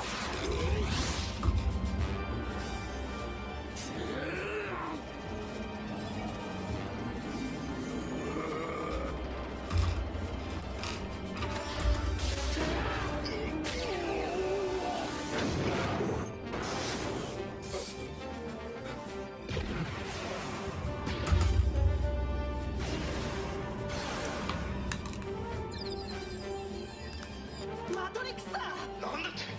マトリックスを外して戦っている。どういうことだよ。わかんないよ。コンボイが司令官じゃなくなっちゃうってこと。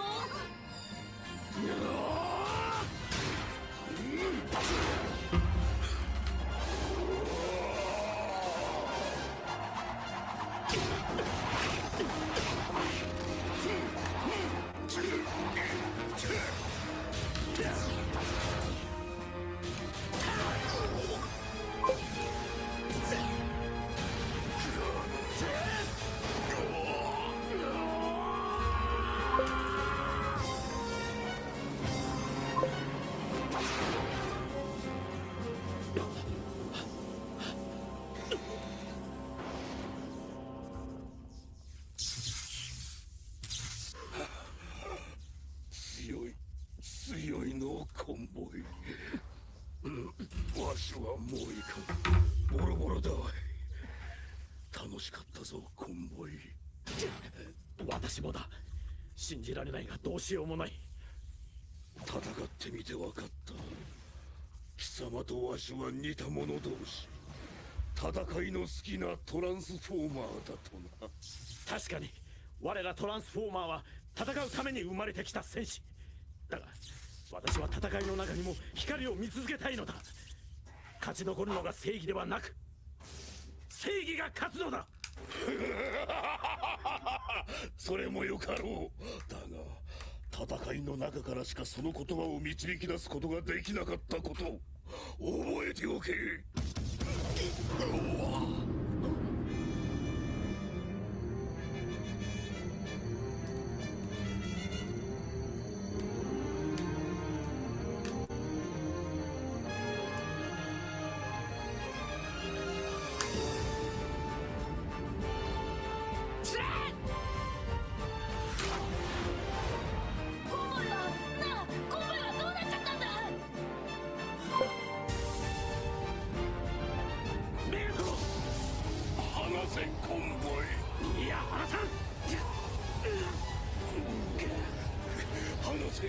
話せというに。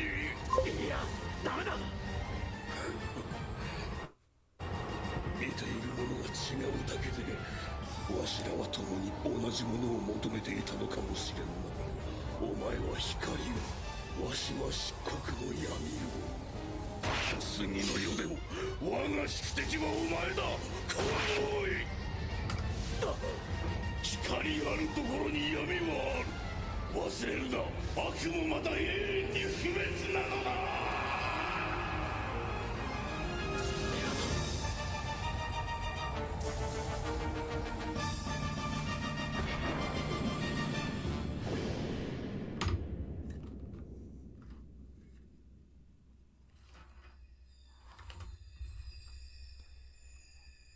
マトリックス、今の私に持つ資格はない。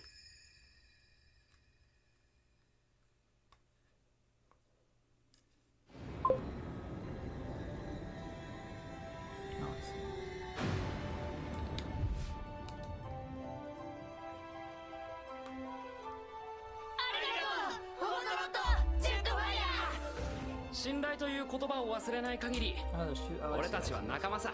うん、セイバートロン星も地球も関係ないよな。ああ、その通りさ。俺たちはお前たちに教わったんだ。私たちも教わったわ。セイバートロン星、みんなで一緒に立て直すんだよね。ああ、もちろんだ。デストロンもマイクロンもサイバトロンも関係ない。新しいトランスフォーマーの星としてな。宇宙一平和な星を目指して俺たちも頑張るよ。ランボー、さようなら。そしてありがとう。ウィリー、アーシー、本当にお別れね。寂しくなんかないぞ。ないぞ。じゃあ泣くなよ。痩せ我慢しちゃって。自分だって泣いてんじゃん。コンボイは。心配すんな。マトリックスは持たなくても司令官はあの方しかいない。ああ、俺たちはみんなそう思ってる。そうだよね。そうだ。そして僕たちの冒険はまだ始まったばかりなんだ。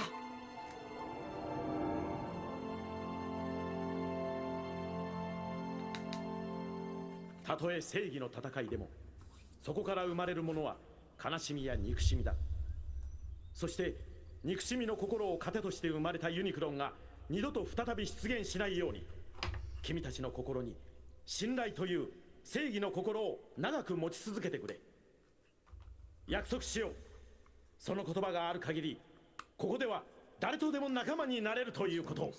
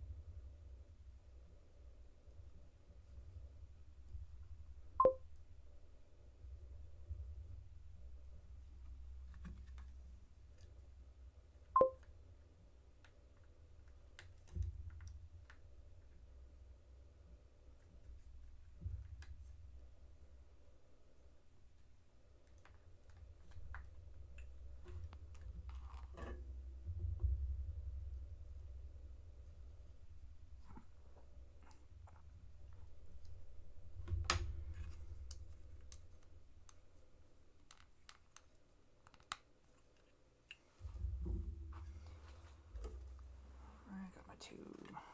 These are gonna be huge.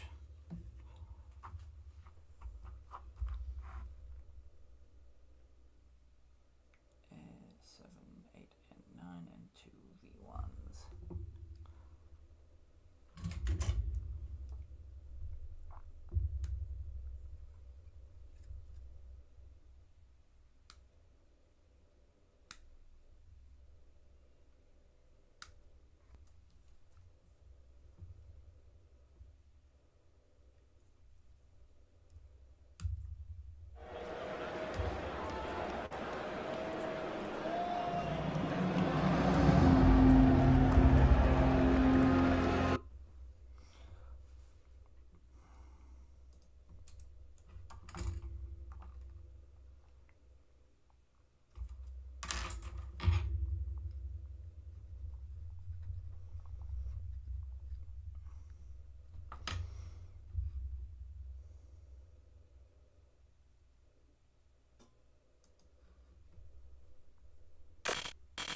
Warning, this video is intended for adult collectors. It contains plastic collectibles, questionable opinions, and a man with far too much free time on his hands. This is not a test. This is a random review. Before we begin, thank you very much to Rich L for rejoining the Patreon campaign. Welcome back. Good to see you again. Always love to see a returning patron. Thank you very much for the support to help keep the channel going and the daily content coming. Always love to have more people on. Rich also pitched in at the top level, which means they are entitled to a request video of any type that I do, any topic that they want me to talk about, as long as it is within YouTube terms of service. So, barring that, they are free to ask me, and anyone who pitches in at the top level is more than welcome to ask me for any review or video they want me to do. So today, on the other hand, we have a video requested by someone very special to the channel, which is YOLO Park. So for full YouTube disclosure reasons, yes, this was provided to me for review by YOLO Park themselves. I thank them very much for allowing me the opportunity to do this, because this is always really exciting to get to play with some really high quality stuff very, very early. Alright, so today we are looking at the brand new G1 Megatron kit from their AMK Pro Series Action Model Kit. We've talked about the AMKs on this channel before, and I was incredibly impressed by how good they were for the cost in size, quality, articulation, detail. Really marvelous just really marvelous figures for what you're paying. And today we are looking at a Pro version.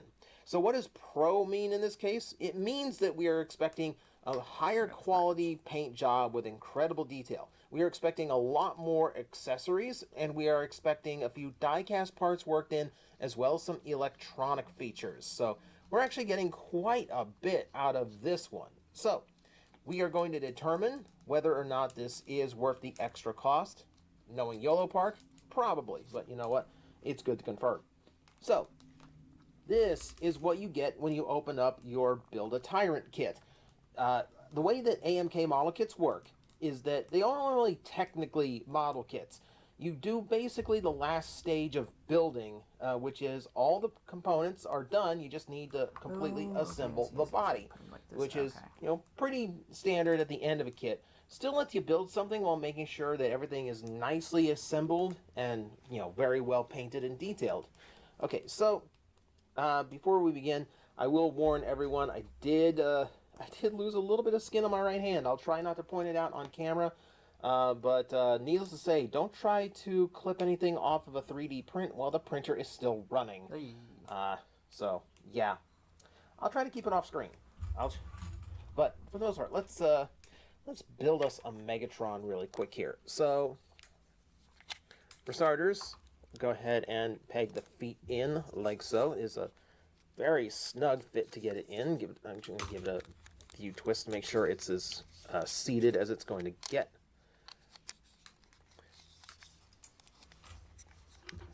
I wonder if it helped to raise the foot and then just push it in. Yeah, that actually helped a lot.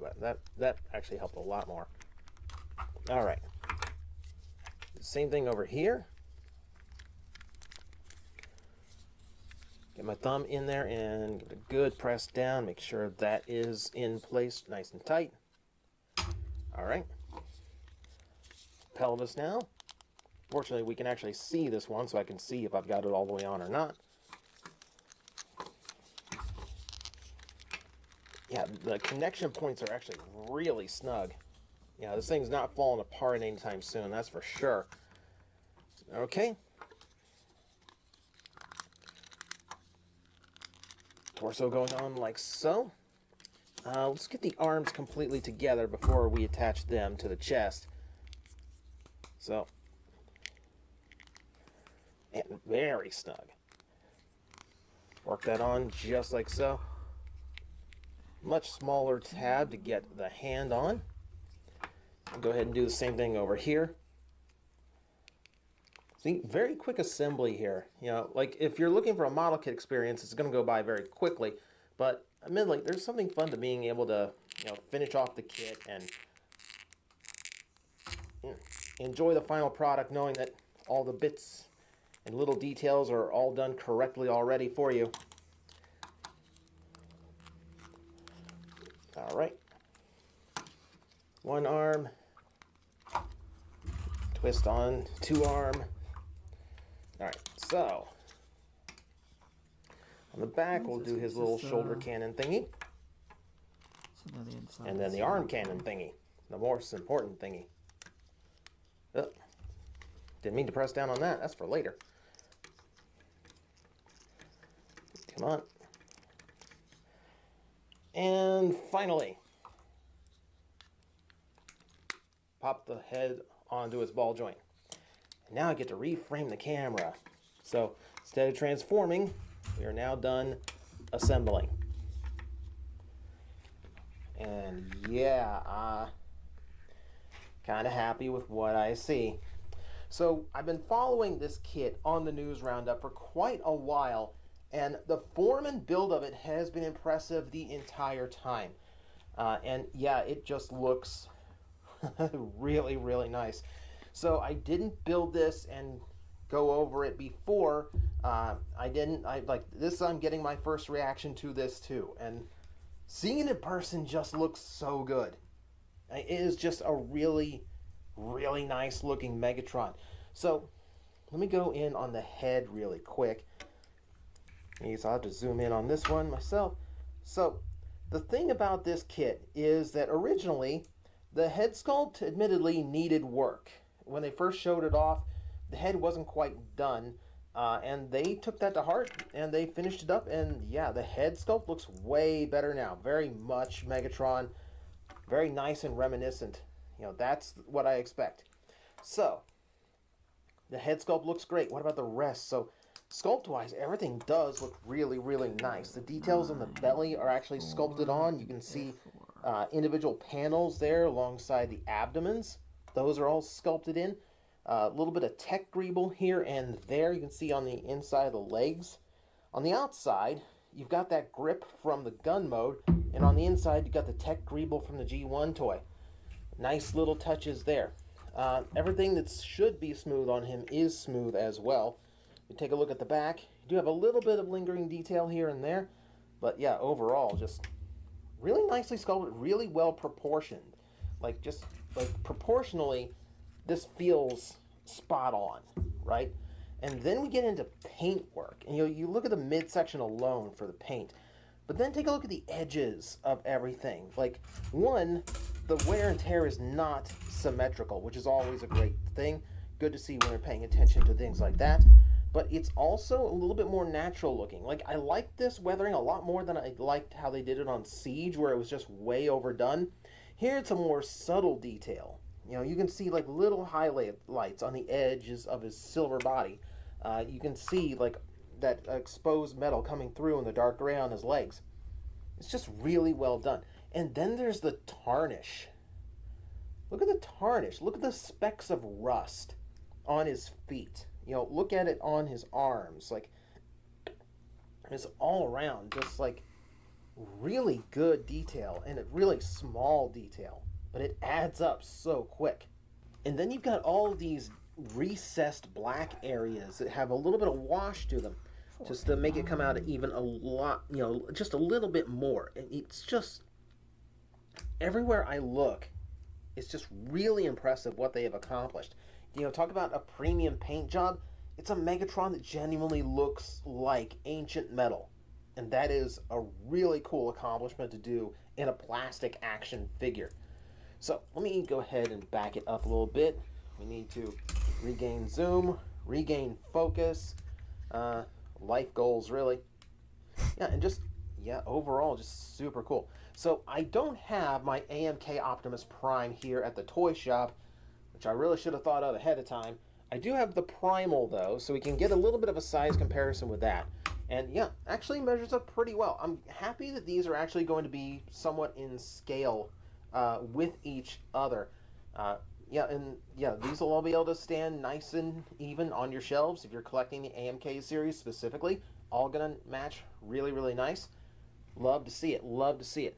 Okay, so typically at this point, I guess we go through articulation and then we get to accessories as a part of my actual review process. So we can go ahead and take him back. Hey Megatron, we just took you away from the camera. Welcome back to it. So as you saw during assembly, the head is on a ball joint. You get plenty of motion up and down as well as full 360 all the way around. Let's see the shoulders. The shoulders have that lift away motion that keeps that point above the torso, which means you've got full 90-degree outward bend on that, which is great to see. Full 360-degree rotation at the torso as well. Bicep, like we said, is one of the connection points. It's very tight, but it does have a full 360 degrees of rotation. The elbow has beyond 90-degree bend. I love to see that. And you got that faux piece in the middle that makes it look, that prevents it from looking like it's floating. Always good to see. Hand time. And the hand's got a lot going on here. So the thumb has an individual hinge for articulation. At the fingers, the lower three fingers are all one piece here until they get to the knuckle, and then the back knuckle is also a hinge, and then the index finger has the same joints, but it's completely separate. So you got a lot of play in the hand. That's actually quite well done, you know, without getting too complicated on it. All right, that's everything above the waist. Oh, I should mention, yeah, obviously the wrists rotate as well. How about we get a little bit closer to going below? We have a torso rock. It goes in every direction, so it is ball jointed. Great to see. Waist plugs in, of course, so it's a 360-degree rotation. Let's check out those thighs, shall we? Let's try those hips. All these skirts fold out of the way, so you can actually get a wider range of motion. Hips can go all the way out and all the way forward. You get a little bit of restriction going back.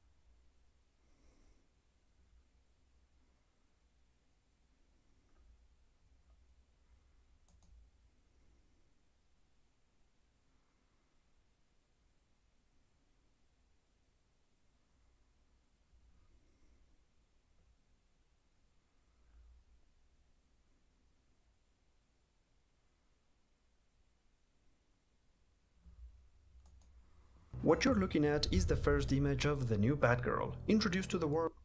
What you're looking at is the first image of the new Batgirl, introduced to the world in January of 1999.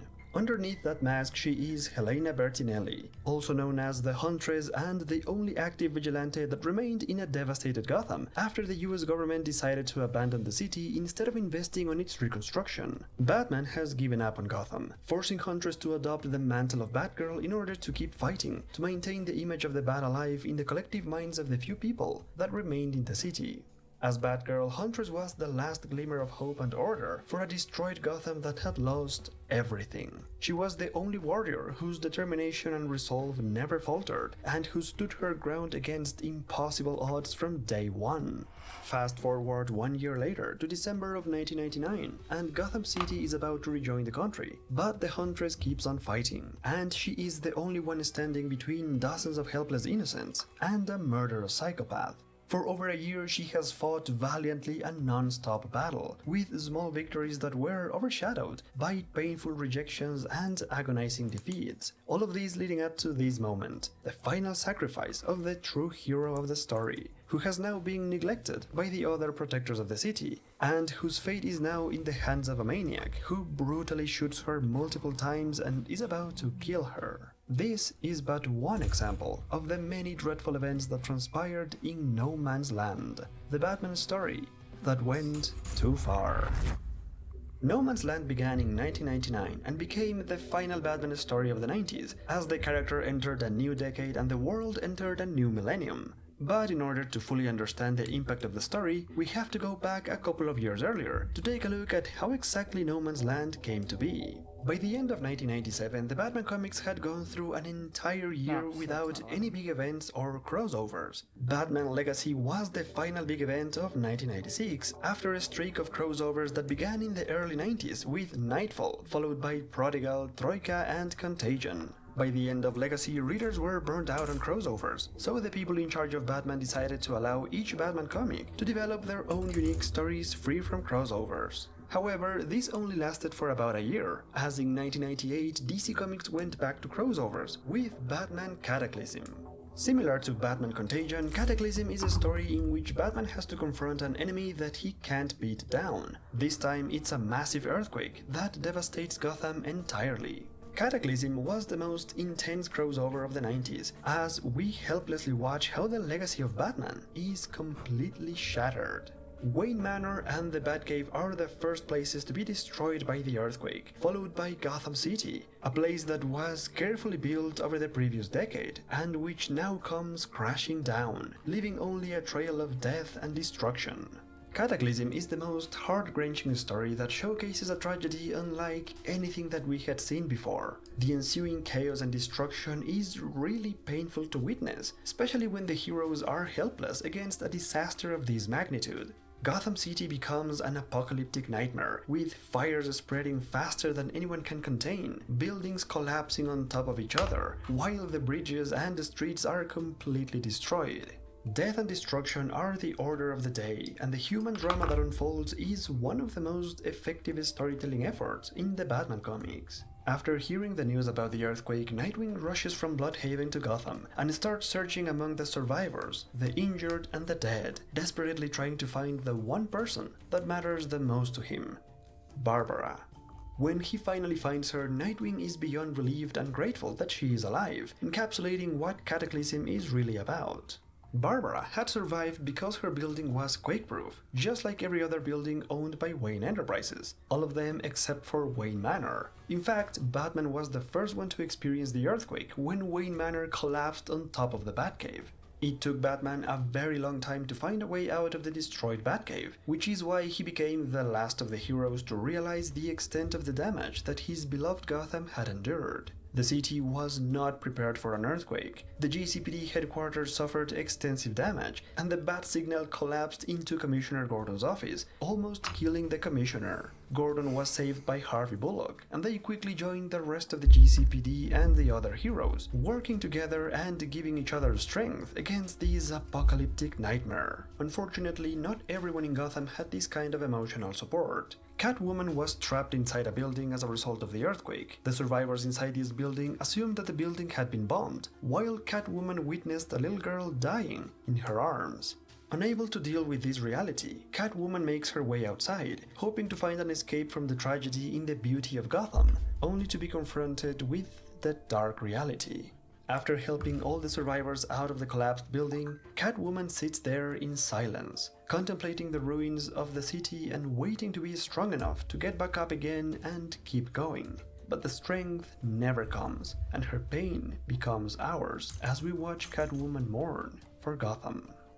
This is the most powerful chapter of Cataclysm, where we finally realize that something important, something that we always take for granted, has died. Cataclysm ended with a very questionable plot about a villain called the Quakemaster, who turned out to be a complete letdown. In the end, the heroes of Gotham have regrouped, but nobody really knows how Gotham City is going to come back from this one. Not even DC Comics. Cataclysm lasted for a couple of months across all the Batman titles, but by the end of the story, Gotham was still destroyed, and there were no signs of a quick recovery. That's because DC Comics was not even sure what exactly would happen next. When they began Cataclysm, they didn't expect to end the story by quickly rebuilding the city, but rather they wanted to explore the new status quo of a destroyed Gotham and the different possibilities that it presented. The aftermath of Cataclysm was explored in the following months, and it was called Aftershock, which was evidently a transition period between Cataclysm and whatever DC came up with next. In the first couple of months of Aftershock, the Batman comics showcased bright and optimistic stories, with Batman doing anything he could to help his devastated city, providing hope to the hopeless as he kept fighting, despite the impossible odds. But then, a couple of months into Aftershock, the concept for No Man's Land was developed by the assistant editor Jordan B. Gorfinkel, and it was quickly approved by the main Batman editor Denny O'Neil. As a result, the Batman writers were instructed to take a dark turn to their stories and showcase an increasingly depressing scenario, with little hope for Gotham. The second half of Aftershock presents a morally defeated Batman, with stories called Grieving City and Dying City, showcasing the mass exodus of people abandoning Gotham. This idea that the Gothamites, people who are willing to deal with mass murderers, criminals, psychopaths, and rampant crime 24/7, were not willing to stay in a destroyed city speaks volumes, and it sets the stage for the incoming storyline. The idea behind Cataclysm was to shake things up in the Batman comics, but at the same time as this epic drama was unfolding in the printed pages, a real-life drama was taking place at DC Comics, when the main Batman writers and artists of the 90s were systematically removed and replaced. Artists Kelly Jones and Graham Nolan, who had worked for years on Batman and Detective Comics respectively, were replaced in Cataclysm, and by the end of Aftershock, writer Doug Moench was also removed from the Batman title. After 6 years of writing Batman, Moench's last story was printed in issue number 559, the final Batman chapter of Aftershock. The story is called Dead City, and it is a very depressing story that reads almost as a criticism of the direction that the comics were going. Almost as if Doug Moench was making a subtle commentary about the future plans that DC Comics had for Batman. Without Moench, the only Batman writers that remained were Chuck Dixon and Alan Grant, who, although created some of their best work during Aftershock, they were also on their way out.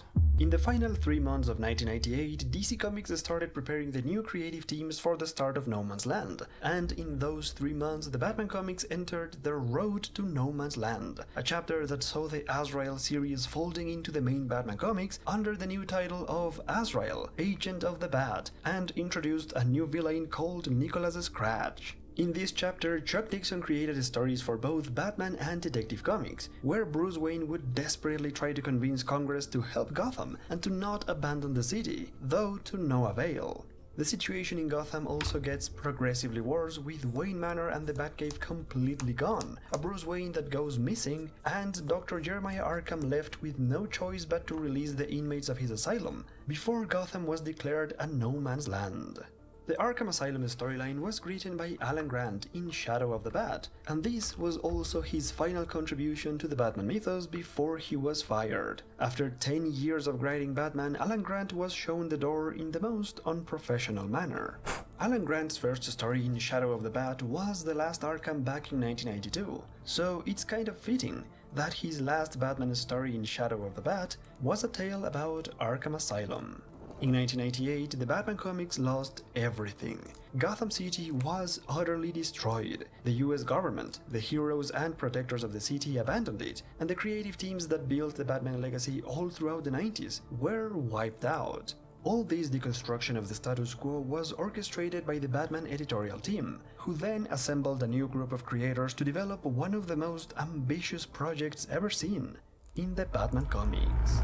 No Man's Land began in January of 1999 under the creative guidance of Bob Gale, a famous Hollywood screenwriter who had written just one Batman story in 1998 and who is best known for writing the Back to the Future movies. DC Comics banked on Bob Gale's star power to give No Man's Land enough credibility and publicity. Gale's initial idea for No Man's Land was to take every single aspect of the Batman mythos to its darkest, most gritty realism, and the setting for that was perfect. The story begins 3 months after Gotham was declared a no man's land and sealed off from the rest of the country. The city had become a war zone for control of territory and basic human needs. Oracle is one of the few heroes who stayed behind, and she created a network of people who keep her informed about the wars for territories controlled by different factions. This Gotham feels like a complete stranger, as society has rearranged itself to the new needs of the city. Commissioner Gordon has abandoned his principles and his morality, as he is willing to start wars against the street gangs and steal their territory to claim it for the GCPD. Gordon has also developed a hate for Batman, who has clearly abandoned Gotham, which complicates things further when a new Batgirl shows up. The identity of this mysterious new Batgirl is not revealed yet, and she eventually draws the attention of Batman, who finally returns to Gotham after 3 months. In order to make his presence known, to recover the respect and reputation that he once had, Batman takes down a ventriloquist and takes over his territory. These early chapters of No Man's Land were created with the idea of stripping down Batman to the most basic, dark and realistic concepts. There are none of the most fantastical aspects of the mythos, such as the Batcomputer, Batmobile, or any of the fancy gadgets. Batman is forced to go back to being a detective and use tactical strategies to take down his enemies. There is also a darker approach to the visual storytelling that helps to emphasize the darker characterization of well-known characters, such as Commissioner Gordon with his new ruthless attitude, a completely new, darker and more realistic Batgirl, as well as Batman's refusal to get help from any of his allies, with only one exception. The Huntress is the only vigilante that remained in Gotham and kept fighting to maintain order over her territory. After Batman took down the ventriloquist, it was Huntress who helped Batman take down the Scarecrow, who was also reimagined as a darker, grittier and more serious version. This Scarecrow is a walking nightmare straight out of a horror movie, and instead of using fantastic chemicals to scare people, he uses his knowledge of psychology and philosophy to create fear among the people and make them afraid of each other. This chapter also brings back Dr. Leslie Tompkins as a regular supporting character, and it also reveals that Batman has now a small headquarters hidden across Gotham. The first one to be revealed is located underneath the abandoned Arkham Asylum. Batman then turns his attention to the Penguin, who had become the overlord of Gotham's black market and underground dealings, providing entertainment, vice, and depravity. Batman uses the Penguin's underground show to announce his return to all of Gotham, and also to recruit Penguin as an informant. Meanwhile, James Gordon makes an alliance with a mysterious character in order to gain more territory for the GCPD. However, the methods of this ally are extremely violent, making Gordon realize that he had just sold his soul to the devil.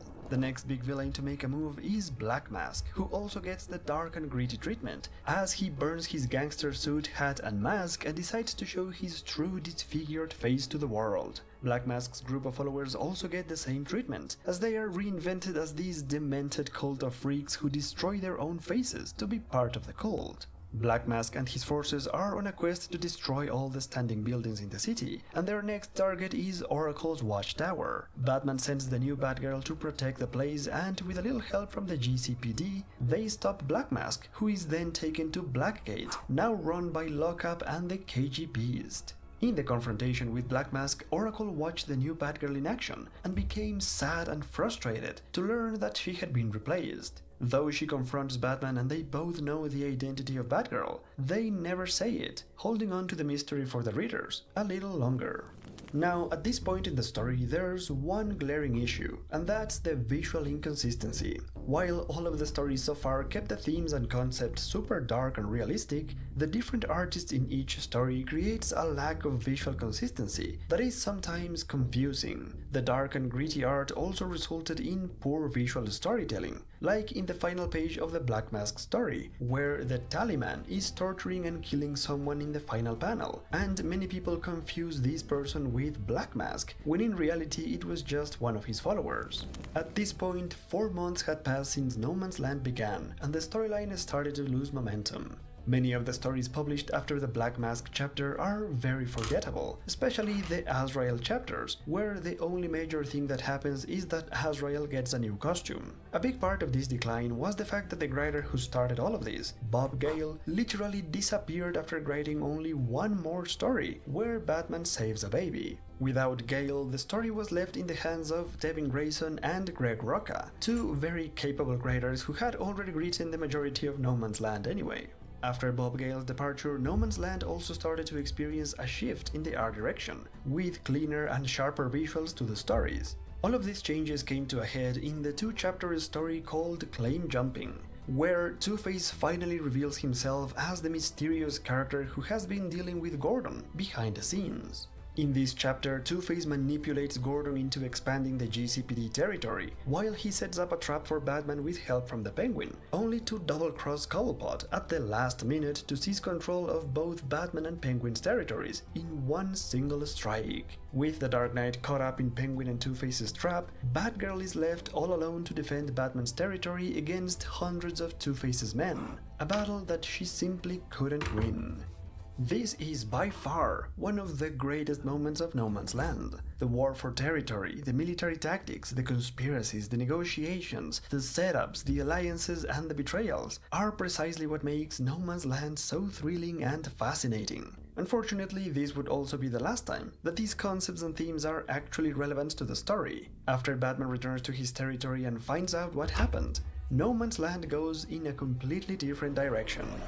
After losing his territory, Batman realizes that he actually needs help and summons the rest of the Batman family to No Man's Land. At the same time, a mysterious girl is introduced as one of Oracle's informants, and she is revealed to be the daughter of the assassin David Kane, who is also in Gotham and has been hired to kill Gordon. This very convenient family reunion is the introduction of Cassandra Cain, although her name is never actually revealed in No Man's Land. Nevertheless, she is introduced as an incredible fighter, trained to be an expert assassin since childhood, and capable of taking down major threats, but who also has one big problem: she doesn't speak. The introduction of the Kane girl is what I consider to be the start of Chapter 2 of No Man's Land. The reason for that is because the writing style and the visuals become drastically different. In Chapter 1 of No Man's Land, the Batman mythos was looked through the lens of dark and gritty realism, with complex and grim stories about human nature and society, as well as realistic and sometimes dreadful art. Meanwhile, in Chapter 2, the stories become much more brighter and optimistic, and the art becomes cleaner, sharper, and more cartoony. And the return of the Batman family also allows for less serious stories, with friendly banter, jokes, and comedy.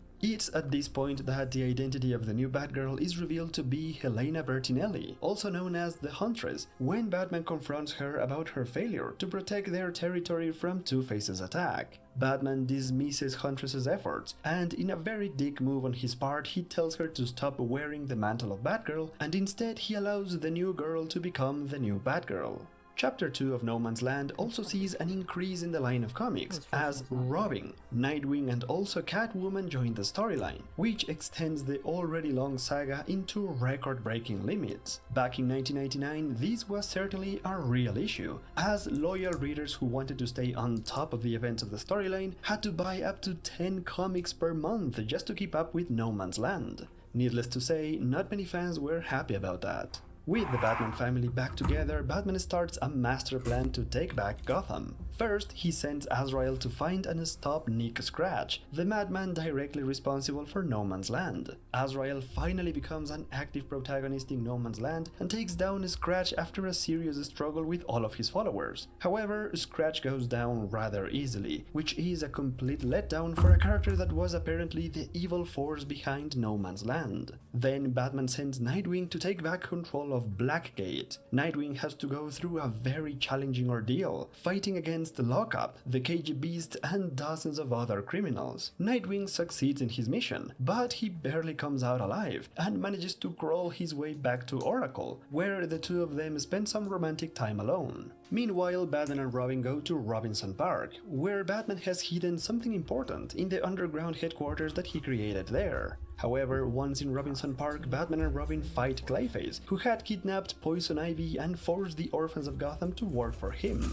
The return of Poison Ivy and Clayface also mark the return of the more fantastic villains, which is another departure from the early chapters of No Man's Land, where the main villains were more dark and realistic. Then Batman summons Catwoman and asks her to steal some valuable discs in New York City, the same discs that he was looking for underneath Robinson Park. Catwoman has to break into a highly secured area and confront powerful people to steal the discs, a mission that she barely manages to accomplish, but not without being seriously injured. Similarly, Robin goes on a mission down to the sewers, where he confronts and defeats the major threats of the Ratcatcher and Mr. Freeze, barely surviving the encounter.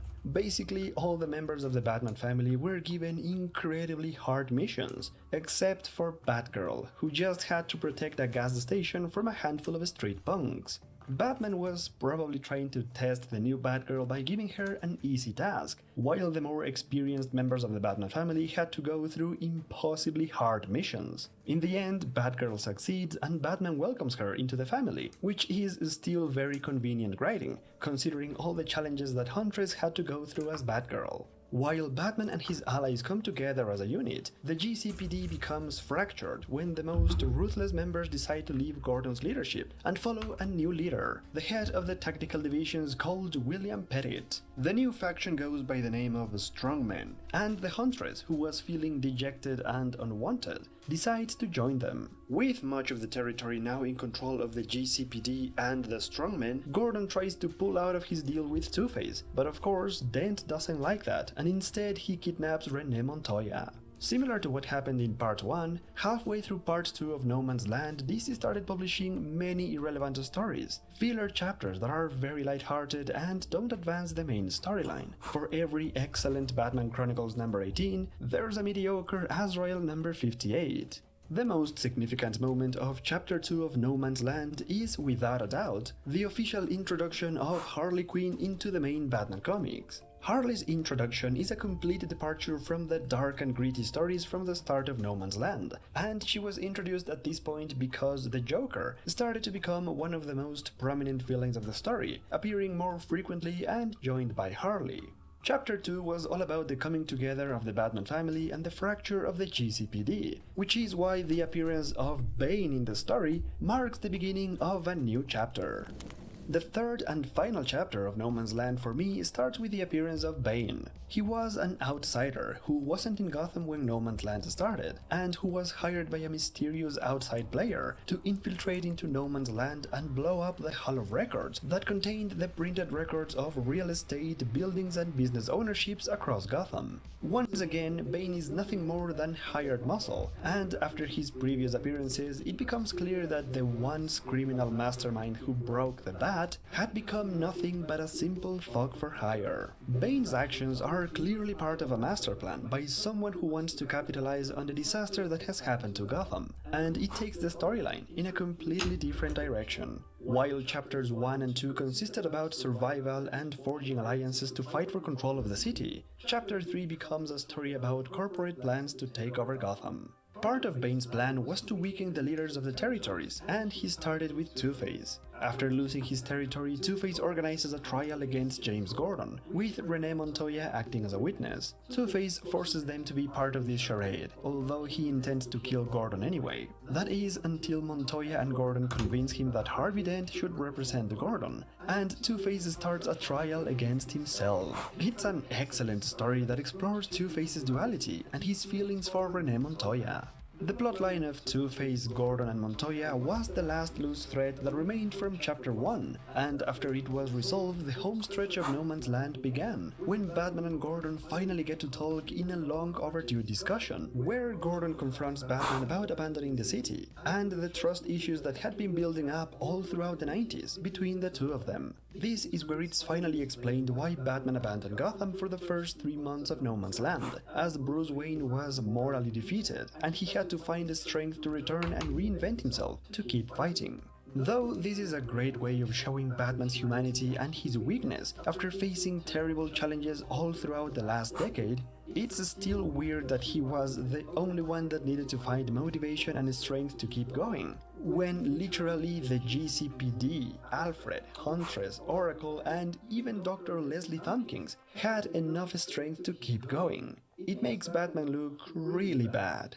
That frustration that many of us felt with that storytelling decision was very well expressed by Gordon when he punched Batman in the face. But eventually, in their long overdue discussion, Batman is willing to admit his mistakes, and in a very honest attempt to regain Gordon's trust, Batman removes his cowl and allows Gordon to see his real identity. However, Gordon refuses to look at him, and after that the two of them decide to put the past behind them and work together once again to protect the city against the ominous threat of the mysterious mastermind behind everything, who is finally revealed to be none other than Lex Luthor. Luthor had hired Bane to destroy the public records so that he could seize the majority of Gotham's assets, real estate and businesses, and become the major owner of the city in order to rebuild the place from the ground up. However, thanks to Catwoman stealing the digital records containing highly secure disks, Batman is able to uncover the fraud, and with a little help from Lucius Fox, they foil Luthor's plan.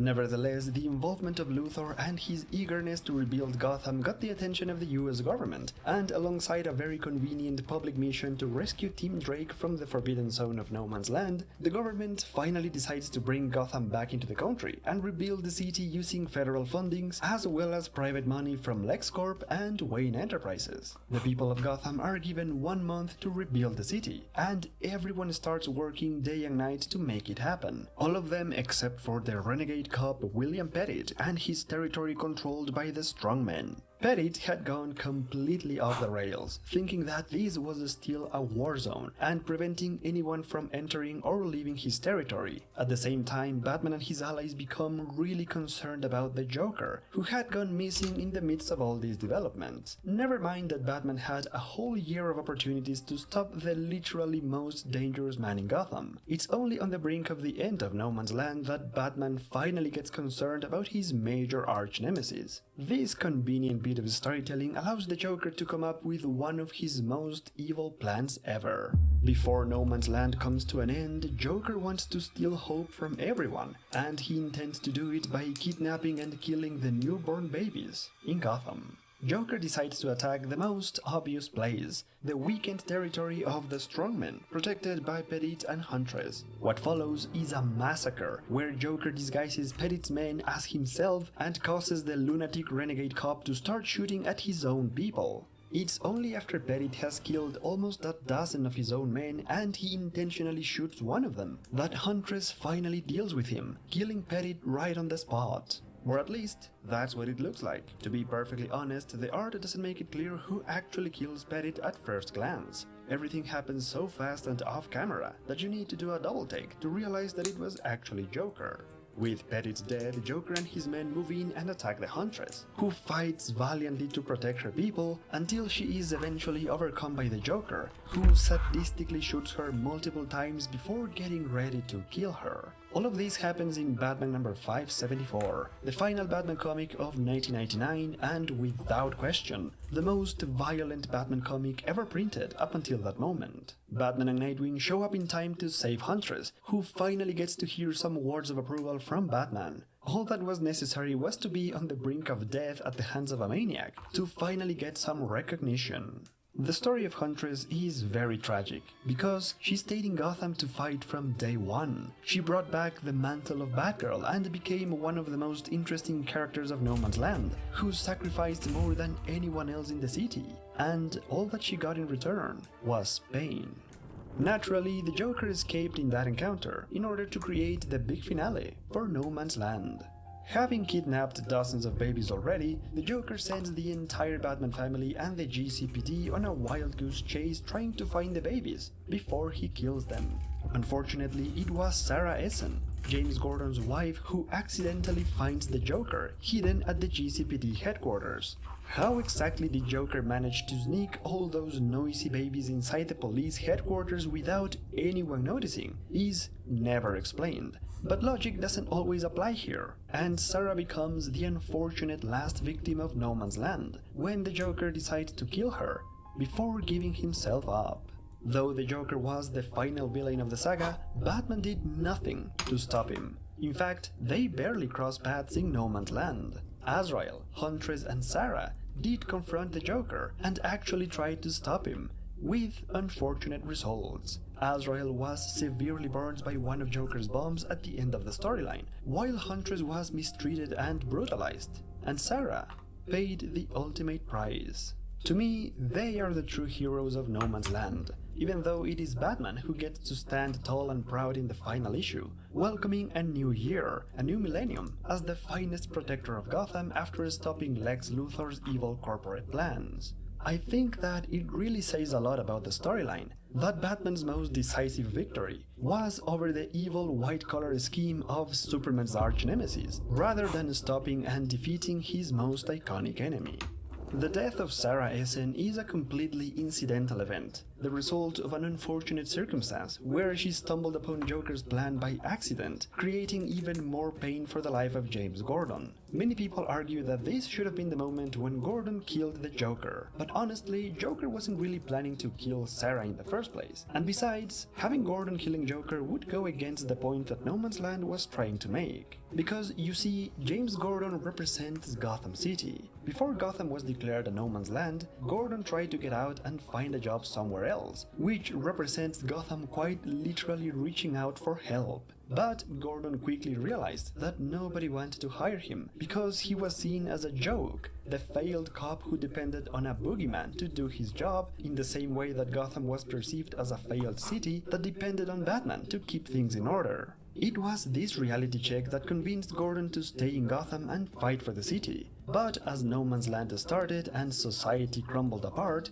Gotham became a place without morals, without principles, and without values. The exact same thing that happened to Gordon. In order to survive, Gordon adopted a new attitude and made unethical decisions in order to protect his people. This Gordon would have definitely killed the Joker. But as the story progressed and society started taking shape once again, Gotham City began to heal, and so did Gordon, who recovered his principles, his morals and ethics, and almost paid dearly for his past mistakes. So by the time Joker kills Sarah, Gotham has been almost completely restored, and this is the final test for a character that has gone through hell and almost lost his soul in the process. Gotham City went on a journey of tragedy and redemption, and by the end of No Man's Land, Commissioner James by-the-book Gordon wasn't going to sacrifice his principles and his morale just to get revenge on the Joker, and his refusal to kill him is the biggest symbol that Gotham City has healed and is back to normal.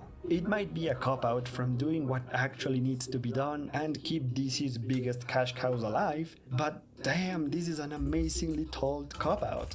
The final issue of No Man's Land was published in December of 1999, and it became the official send-off to the 90s, the decade when Batman achieved new levels of success, and this final chapter of the decade, of the millennium, is also a bittersweet ending to the most epic saga ever told in the Batman comics. While some characters celebrate the life of Sarah, others mourn their tragic loss. But every time she is brought up, the image of Commissioner Gordon sharing happy moments with Sarah starts resonating in the collective minds of the readers who witness their growth and their love cultivated for over a decade.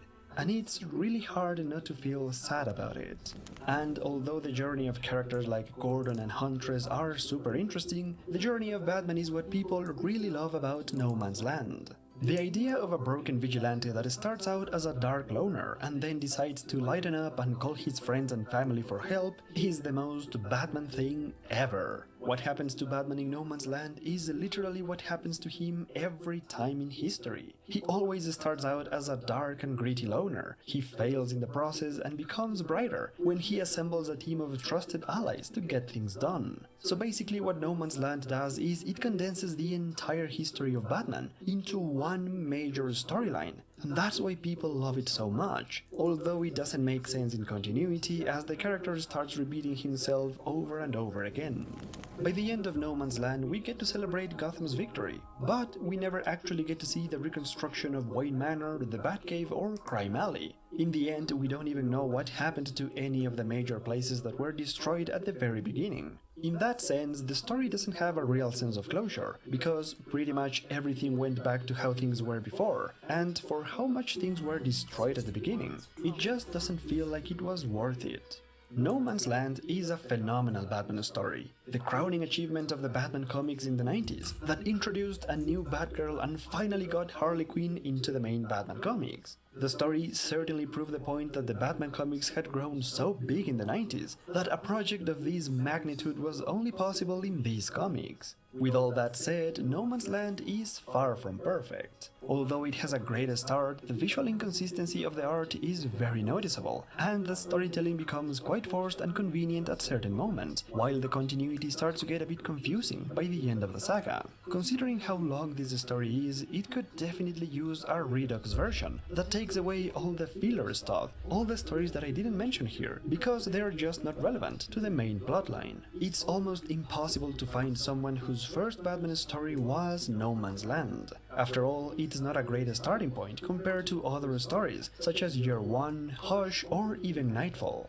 While No Man's Land is one of the most popular and well-recognized Batman stories ever, it's mostly for how long it is. And yes, the Dark Knight Rises movie, the Arkham City video game, and the later seasons of the Gotham TV show were all inspired by No Man's Land. Undeniably one of the most influential Batman stories, but also one of the most problematic.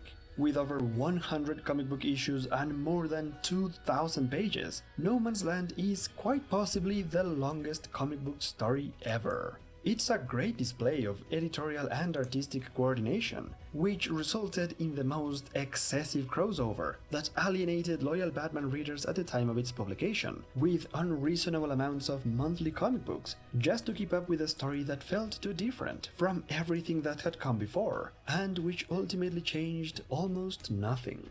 It's no wonder that not many people choose this as their first Batman story, because although it has been neatly collected in omnibuses and trade paperbacks, it still remains the most challenging Batman story to read from beginning to end. The sheer amount of content in this storyline can be overwhelming for new readers, and although it provides a unique experience unlike anything seen before or seen in the Batman comics, the sacrifices required to make this story possible took a heavy toll on the creative side at DC Comics and the Batman mythos as a whole. A story that pulled all the stops to succeed, and in the process changed the Batman history for better or for worse. That is No Man's Land, the Batman story that went too far. Friends, thank you for taking your time to watch this video. I really enjoyed going back to No Man's Land a second time almost 10 years later and finding things that I missed the first time, although it was definitely a challenge because there are entire comic runs that are shorter than No Man's Land, and I'm not sure I'm going to ever read the whole thing again for a third time. That said, I would love to hear your thoughts about the storyline. And I also want to thank my Patreons and channel members who keep the lights on this channel. If you like what I do here, consider taking a look at my Patreon and be part of these awesome folks who I am really grateful for. As always, thanks for watching, and I will see you in the next one. I am almost done here for the night here. I'm going to finish up step 56, which is the last duplicated bit and on the backpack, and that'll wrap me up. 57 is the central part of the backpack that connects everything. So yeah, getting close here. In case you didn't know, here in the UK, we've recently switched monarchs following the death of Queen Elizabeth.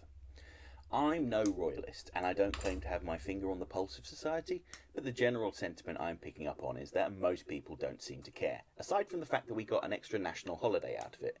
I spent my extra day off being productive by making this stupid joke. Bruce Wayne is Batman! That's absurd. I know Bruce Wayne. If he's Batman, I'm the King of England.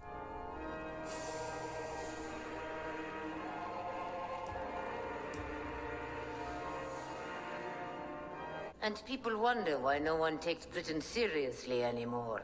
However, recent events got me thinking about a number of royal villains seen in Batman the Animated Series. There were 3 main king villains that appeared in the show, but in researching them I found that there wasn't really enough substance to justify a video each. So you're getting a bumper coronation special video from me looking at Gotham City's villainous monarchs. Let's kick things off with the Sewer King. Taking inspiration from Oliver Twist's Fagin, the Sewer King is an original creation that debuted in the much maligned episode The Underdwellers. I have to say that the Sewer King is the definite highlight of this otherwise pretty tedious episode. The Sewer King runs a gang of child slaves / thieves from the sewers of Gotham. Their children are kept underground during the day to provide manual labour. Just who are they growing all of those sewer mushrooms for? Do I want to know?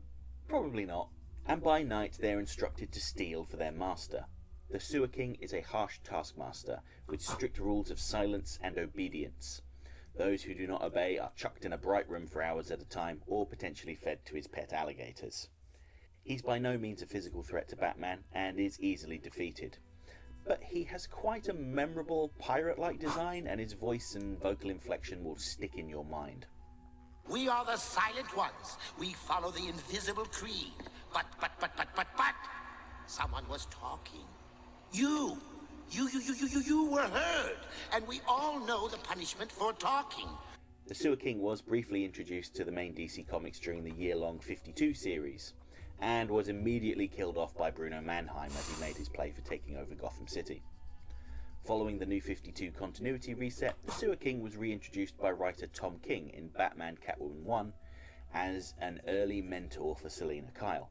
Note that his design and methods of disciplining his army of runaway children are very accurate to the animated series, and I approve. I would love to say that there was some deeper meaning behind this character, and that by examining him we'd get some profound understanding about the nature of the human condition, but no. No, the Sewer King is a vile human being that victimizes children, and Batman really taught him a lesson. I don't pass sentence. That's for the courts. But this time, I am sorely tempted to do the job myself. Next we have the Condiment King. Much like the Sewer King, the Condiment King is also an original creation for Batman the Animated Series. He briefly appeared in the episode Make 'em Laugh, in which the Joker took revenge on the judges of a comedy competition that had previously snubbed him.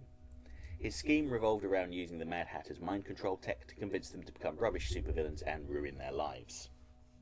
In Buddy Stadler's case, he became the Condiment King, the Prince of Pickles, the Sultan of Sauce, armed with his ketchup and mustard guns, plus sachets of hot sauce.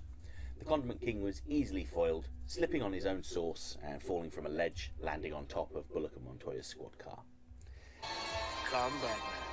Let's see if you can cut the mustard. Quiet. You hit me. The Condiment King would find his way to the mainstream DC universe in 2002's Birds of Prey 37. This version of the character is named Mitchell Mayo, and he commits crimes entirely of his own volition, wearing a sleek black costume.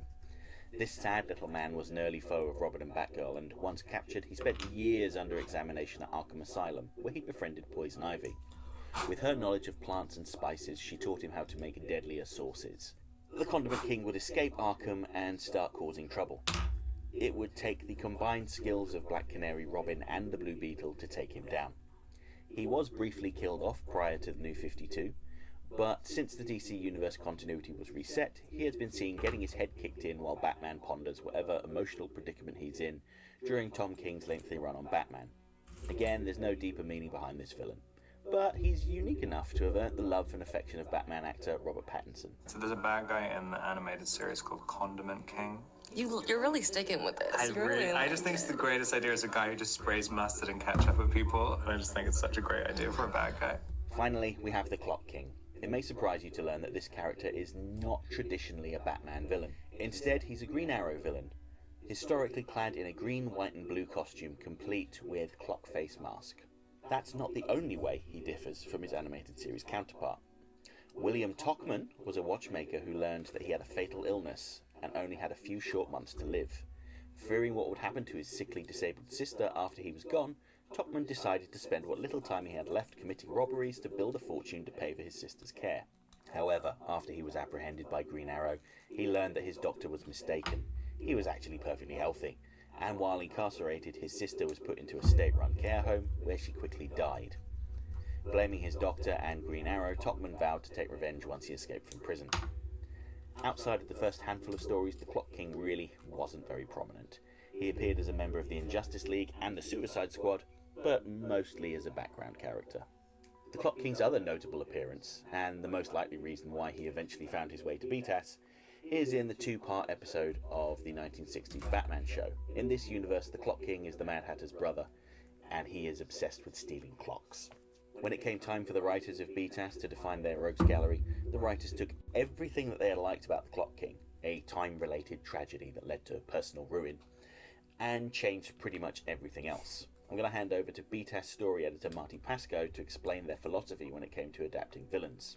In our approach to the show, what we did is say we are not going to be bound by any comics fans' idea of canon. We have a rich mythology here that goes back, at that point it was 60 years, and we said, why not just cherry pick from the best of it? And if some of the stuff is best in terms of conception, but might be played a little bit hokey because the comics are old, we don't need to be bound by that. So what we decided was, we'll take elements of the villains from the comics, but if they needed to have a new backstory, if we needed to flesh out something that was only hinted at in the comics, we weren't bound by the comics. The BTAS version of the Clock King was renamed Temple Fugit, a play on the Latin Tempus Fugit, meaning time flies, and he was an efficiency expert whose company went bankrupt after he acted upon Hamilton Hill's advice to change up his meticulous schedule and let his hair down a little. Summary judgment against him stands at $20 million.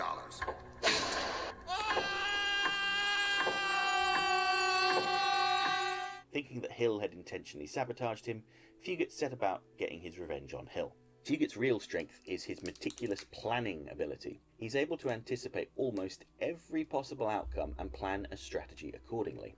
However, he lacks creativity.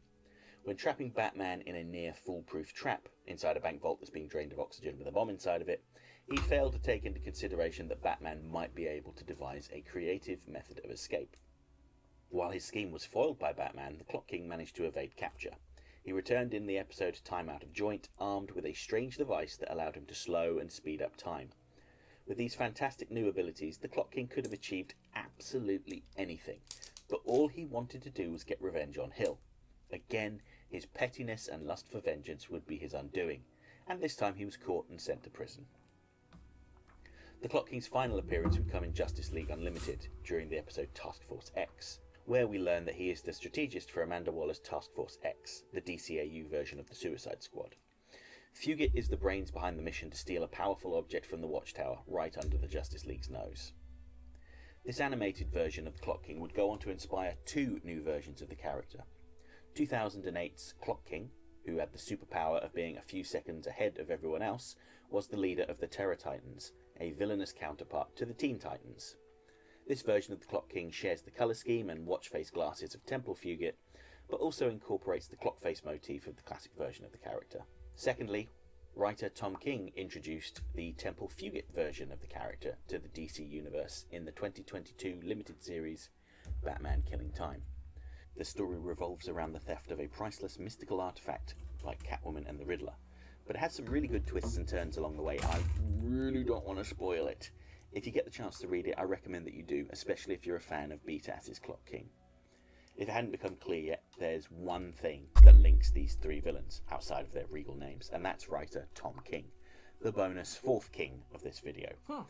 Presumably of no relation to our villainous kings, Tom King put these villains back where they belong, on a pedestal in his recent Batman comics. So here's a special salute for Tom King. I don't love all of his Batman comics, but I admire his efforts to canonize these often overlooked Batman the Animated Series villains. Now I just patiently await the day when he writes a gritty Boss Biggest miniseries. Now that was real funny. Throw him in the box!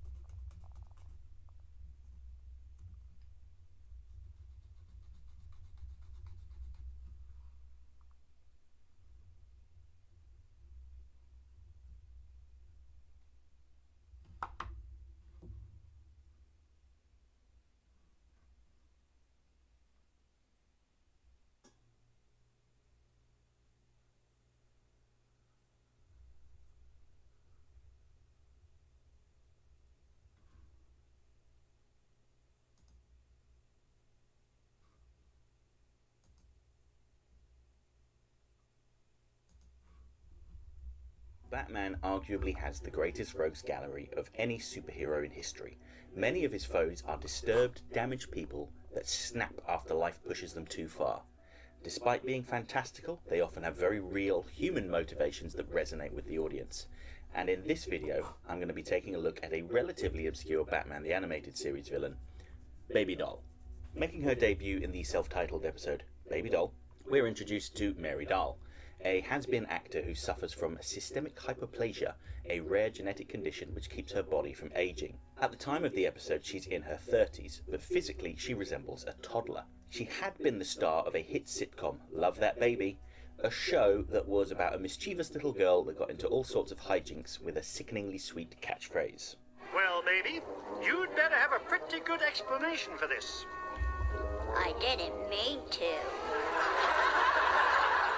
Eventually, she grew tired of perceived slights from the studio heads and quit the show to pursue her ambitions of becoming a serious actor, with disastrous results. Here's the smell of the blood still. All the perfumes of Arabia will not sweeten this little hand. You. Years later, Mary begins kidnapping her former castmates in order to relive the time in which she was happier, with her beloved family, or die trying. On the surface, it's a pretty absurd premise, but it's actually one of the most touching and poignant episodes of BTAS. In fact, it often comes out pretty high on many fans' best episodes list. It took the number 17 slot on my list, so watch that if you haven't already. Baby Doll resurfaces in the new Batman Adventures episode Love is a Crock, where she is the manager of a motel, living the tedious life of a former celebrity that gets recognised by overly personal strangers. After watching the trial of Killer Croc on TV, Mary sees something of herself within Croc. They're both physical oddities that are judged based on their appearance, and she sets out to free him. The pair form a romantic Bonnie and Clyde style relationship, with disastrous results.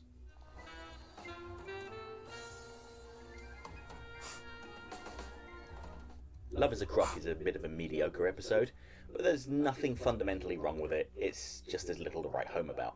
However, Baby Doll is an episode that fascinates me.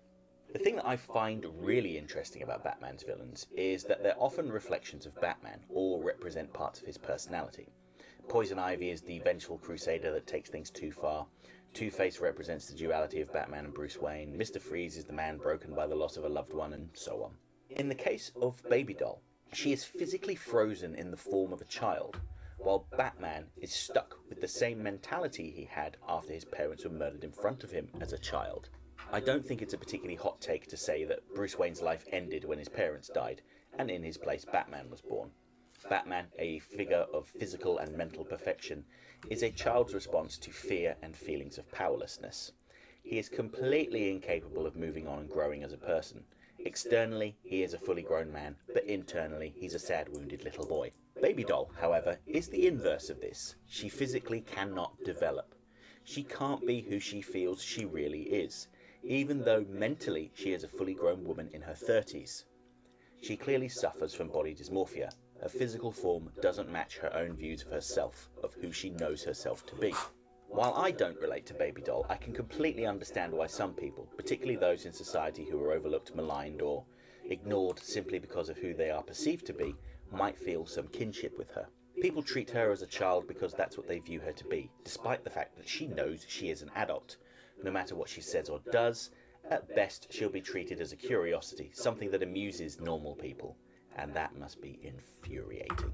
The majority of Batman's villains are disabled, disfigured, or deformed in some way, and Baby Doll expresses frustration with the way that society can treat people that aren't able-bodied, not conventionally attractive, or abnormal in some other way. She demonstrates herself to be quite a cunning criminal, particularly in Love is a Crock, and she is able to do this because people keep underestimating her based on her appearance. Going back to her debut episode, Baby Doll is acutely aware that the life she's trying to recreate is a fantasy. Several times throughout the episode, she drops the facade of Baby Doll and speaks in her normal voice to express her sadness and her frustrations with life. It was hard for me out there. I studied and trained and auditioned, but no one wanted me.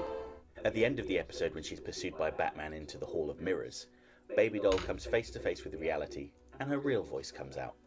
But it's not really real, is it? Just made up and pretend like my family and my life and everything else. Why couldn't you just let me make believe? The shooting of the mirrors can be interpreted as Baby Doll ending her fantasy. Yes, she starts shooting out of the reflections of Batman, but when she's forced to take a good hard look at herself in the mirror, she acknowledges that she is her own enemy and pulls the trigger, effectively killing her dream. Note that the piece of the shattered mirror now reflects Baby Doll as she really is. This can also be interpreted as Baby Doll committing suicide. After all, she is shooting herself. Speaking of suicide, I'm absolutely certain that Baby Doll's grand scheme was going to end with her killing herself and her co-stars when she recreated the contentious birthday episode. Her anger towards the actor playing her cousin Spunky is entirely misplaced, and I'm certain that Baby Doll is aware of this and just doesn't care. Looking at the size of the explosion, there is no doubt in my mind that if Robin hadn't flung the dynamite away, she and her co-stars would have perished in the blast. She was standing mere inches from it, and I have to think she was very well aware of the fact. She would rather die living her fantasy life than continue in the real world. Look how excited she is at the prospect of the explosion. Yes, she's getting revenge on cousin Spunky, but she's also about to take control of her life by killing herself and those around her. And it's worth noting that she clearly doesn't have a problem putting herself in harm's way. When Batman and Robin attempt to prevent the kidnapping of Tammy Rance, Baby Doll pretends to be a child and wanders into the path of the Batmobile. She must have been confident that Batman would swerve out of the way, but at the same time, I'm pretty sure that she wouldn't have been too dismayed if she had been flattened by the Batmobile. This willingness to harm herself and others resurfaces in Love is a Crock. When she discovers that her life with Killer Croc is also a lie, she once again opts for explosive revenge that would kill her as well as her philandering lover. And everyone else in Gotham City. Baby Doll has made a handful of minor appearances in the comic books. She's been a background character in Sean Murphy's Batman White Knight miniseries, which exists in its own continuity, although it is heavily influenced by Batman the Animated Series. And she recently appeared in the Harley Quinn 30th anniversary special, where she became a potential love interest for the Joker's original sidekick Gaggy. Outside of that, she hasn't really done much. I can see why Baby Doll hasn't made any significant appearances in the mainline DC universe. She isn't much of a physical threat, and there are already dozens of self-loathing criminals in Batman's comic book rogue gallery. Hi, Killer Moth. Having said that, the ending of Baby Doll really highlights the beauty of Batman the Animated Series. Despite everything she's done, kidnapping, assault, attempted murder, Batman recognizes that Baby Doll is a damaged human being, not entirely in control of herself. Rather than beating her senseless and hurling her into prison, Batman silently stands with her before offering a comforting hand on her shoulder and a hug. How many episodes of BTAS ended with the villain weeping uncontrollably when faced with the reality of what they were, with Batman as the only person present to listen to them before taking them away to get help? Baby Doll may be a one-note villain, but she is the perfect distillation of what makes Batman the Animated Series so good. I didn't mean to.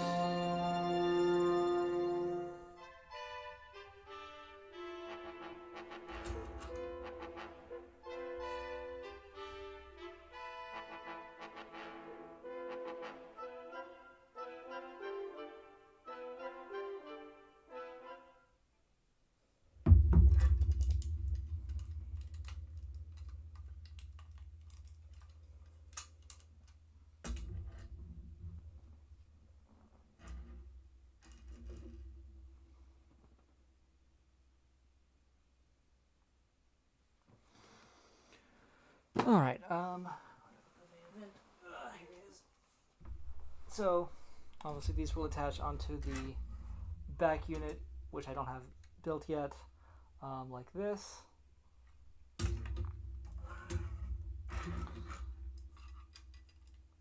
So we're almost done. One more stream, I think we'll finish this off. Let me double check where we are in the instructions.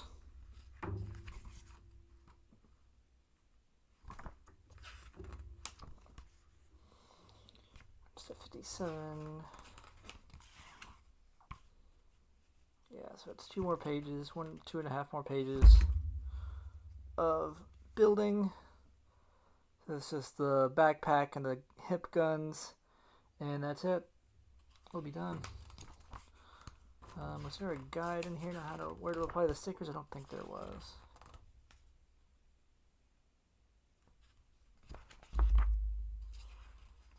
Color guide.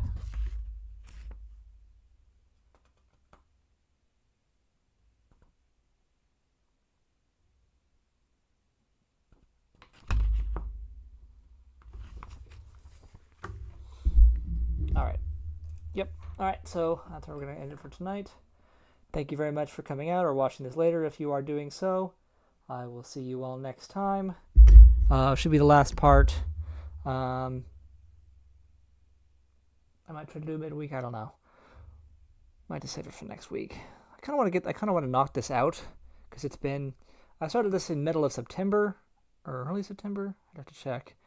I skipped a couple weeks before I started October. So anyway, I want to knock it out sooner than later. But we'll see if I do a midweek or if I just finish it off next Saturday. Either way, thank you for coming out. Have a great night, and I will see you next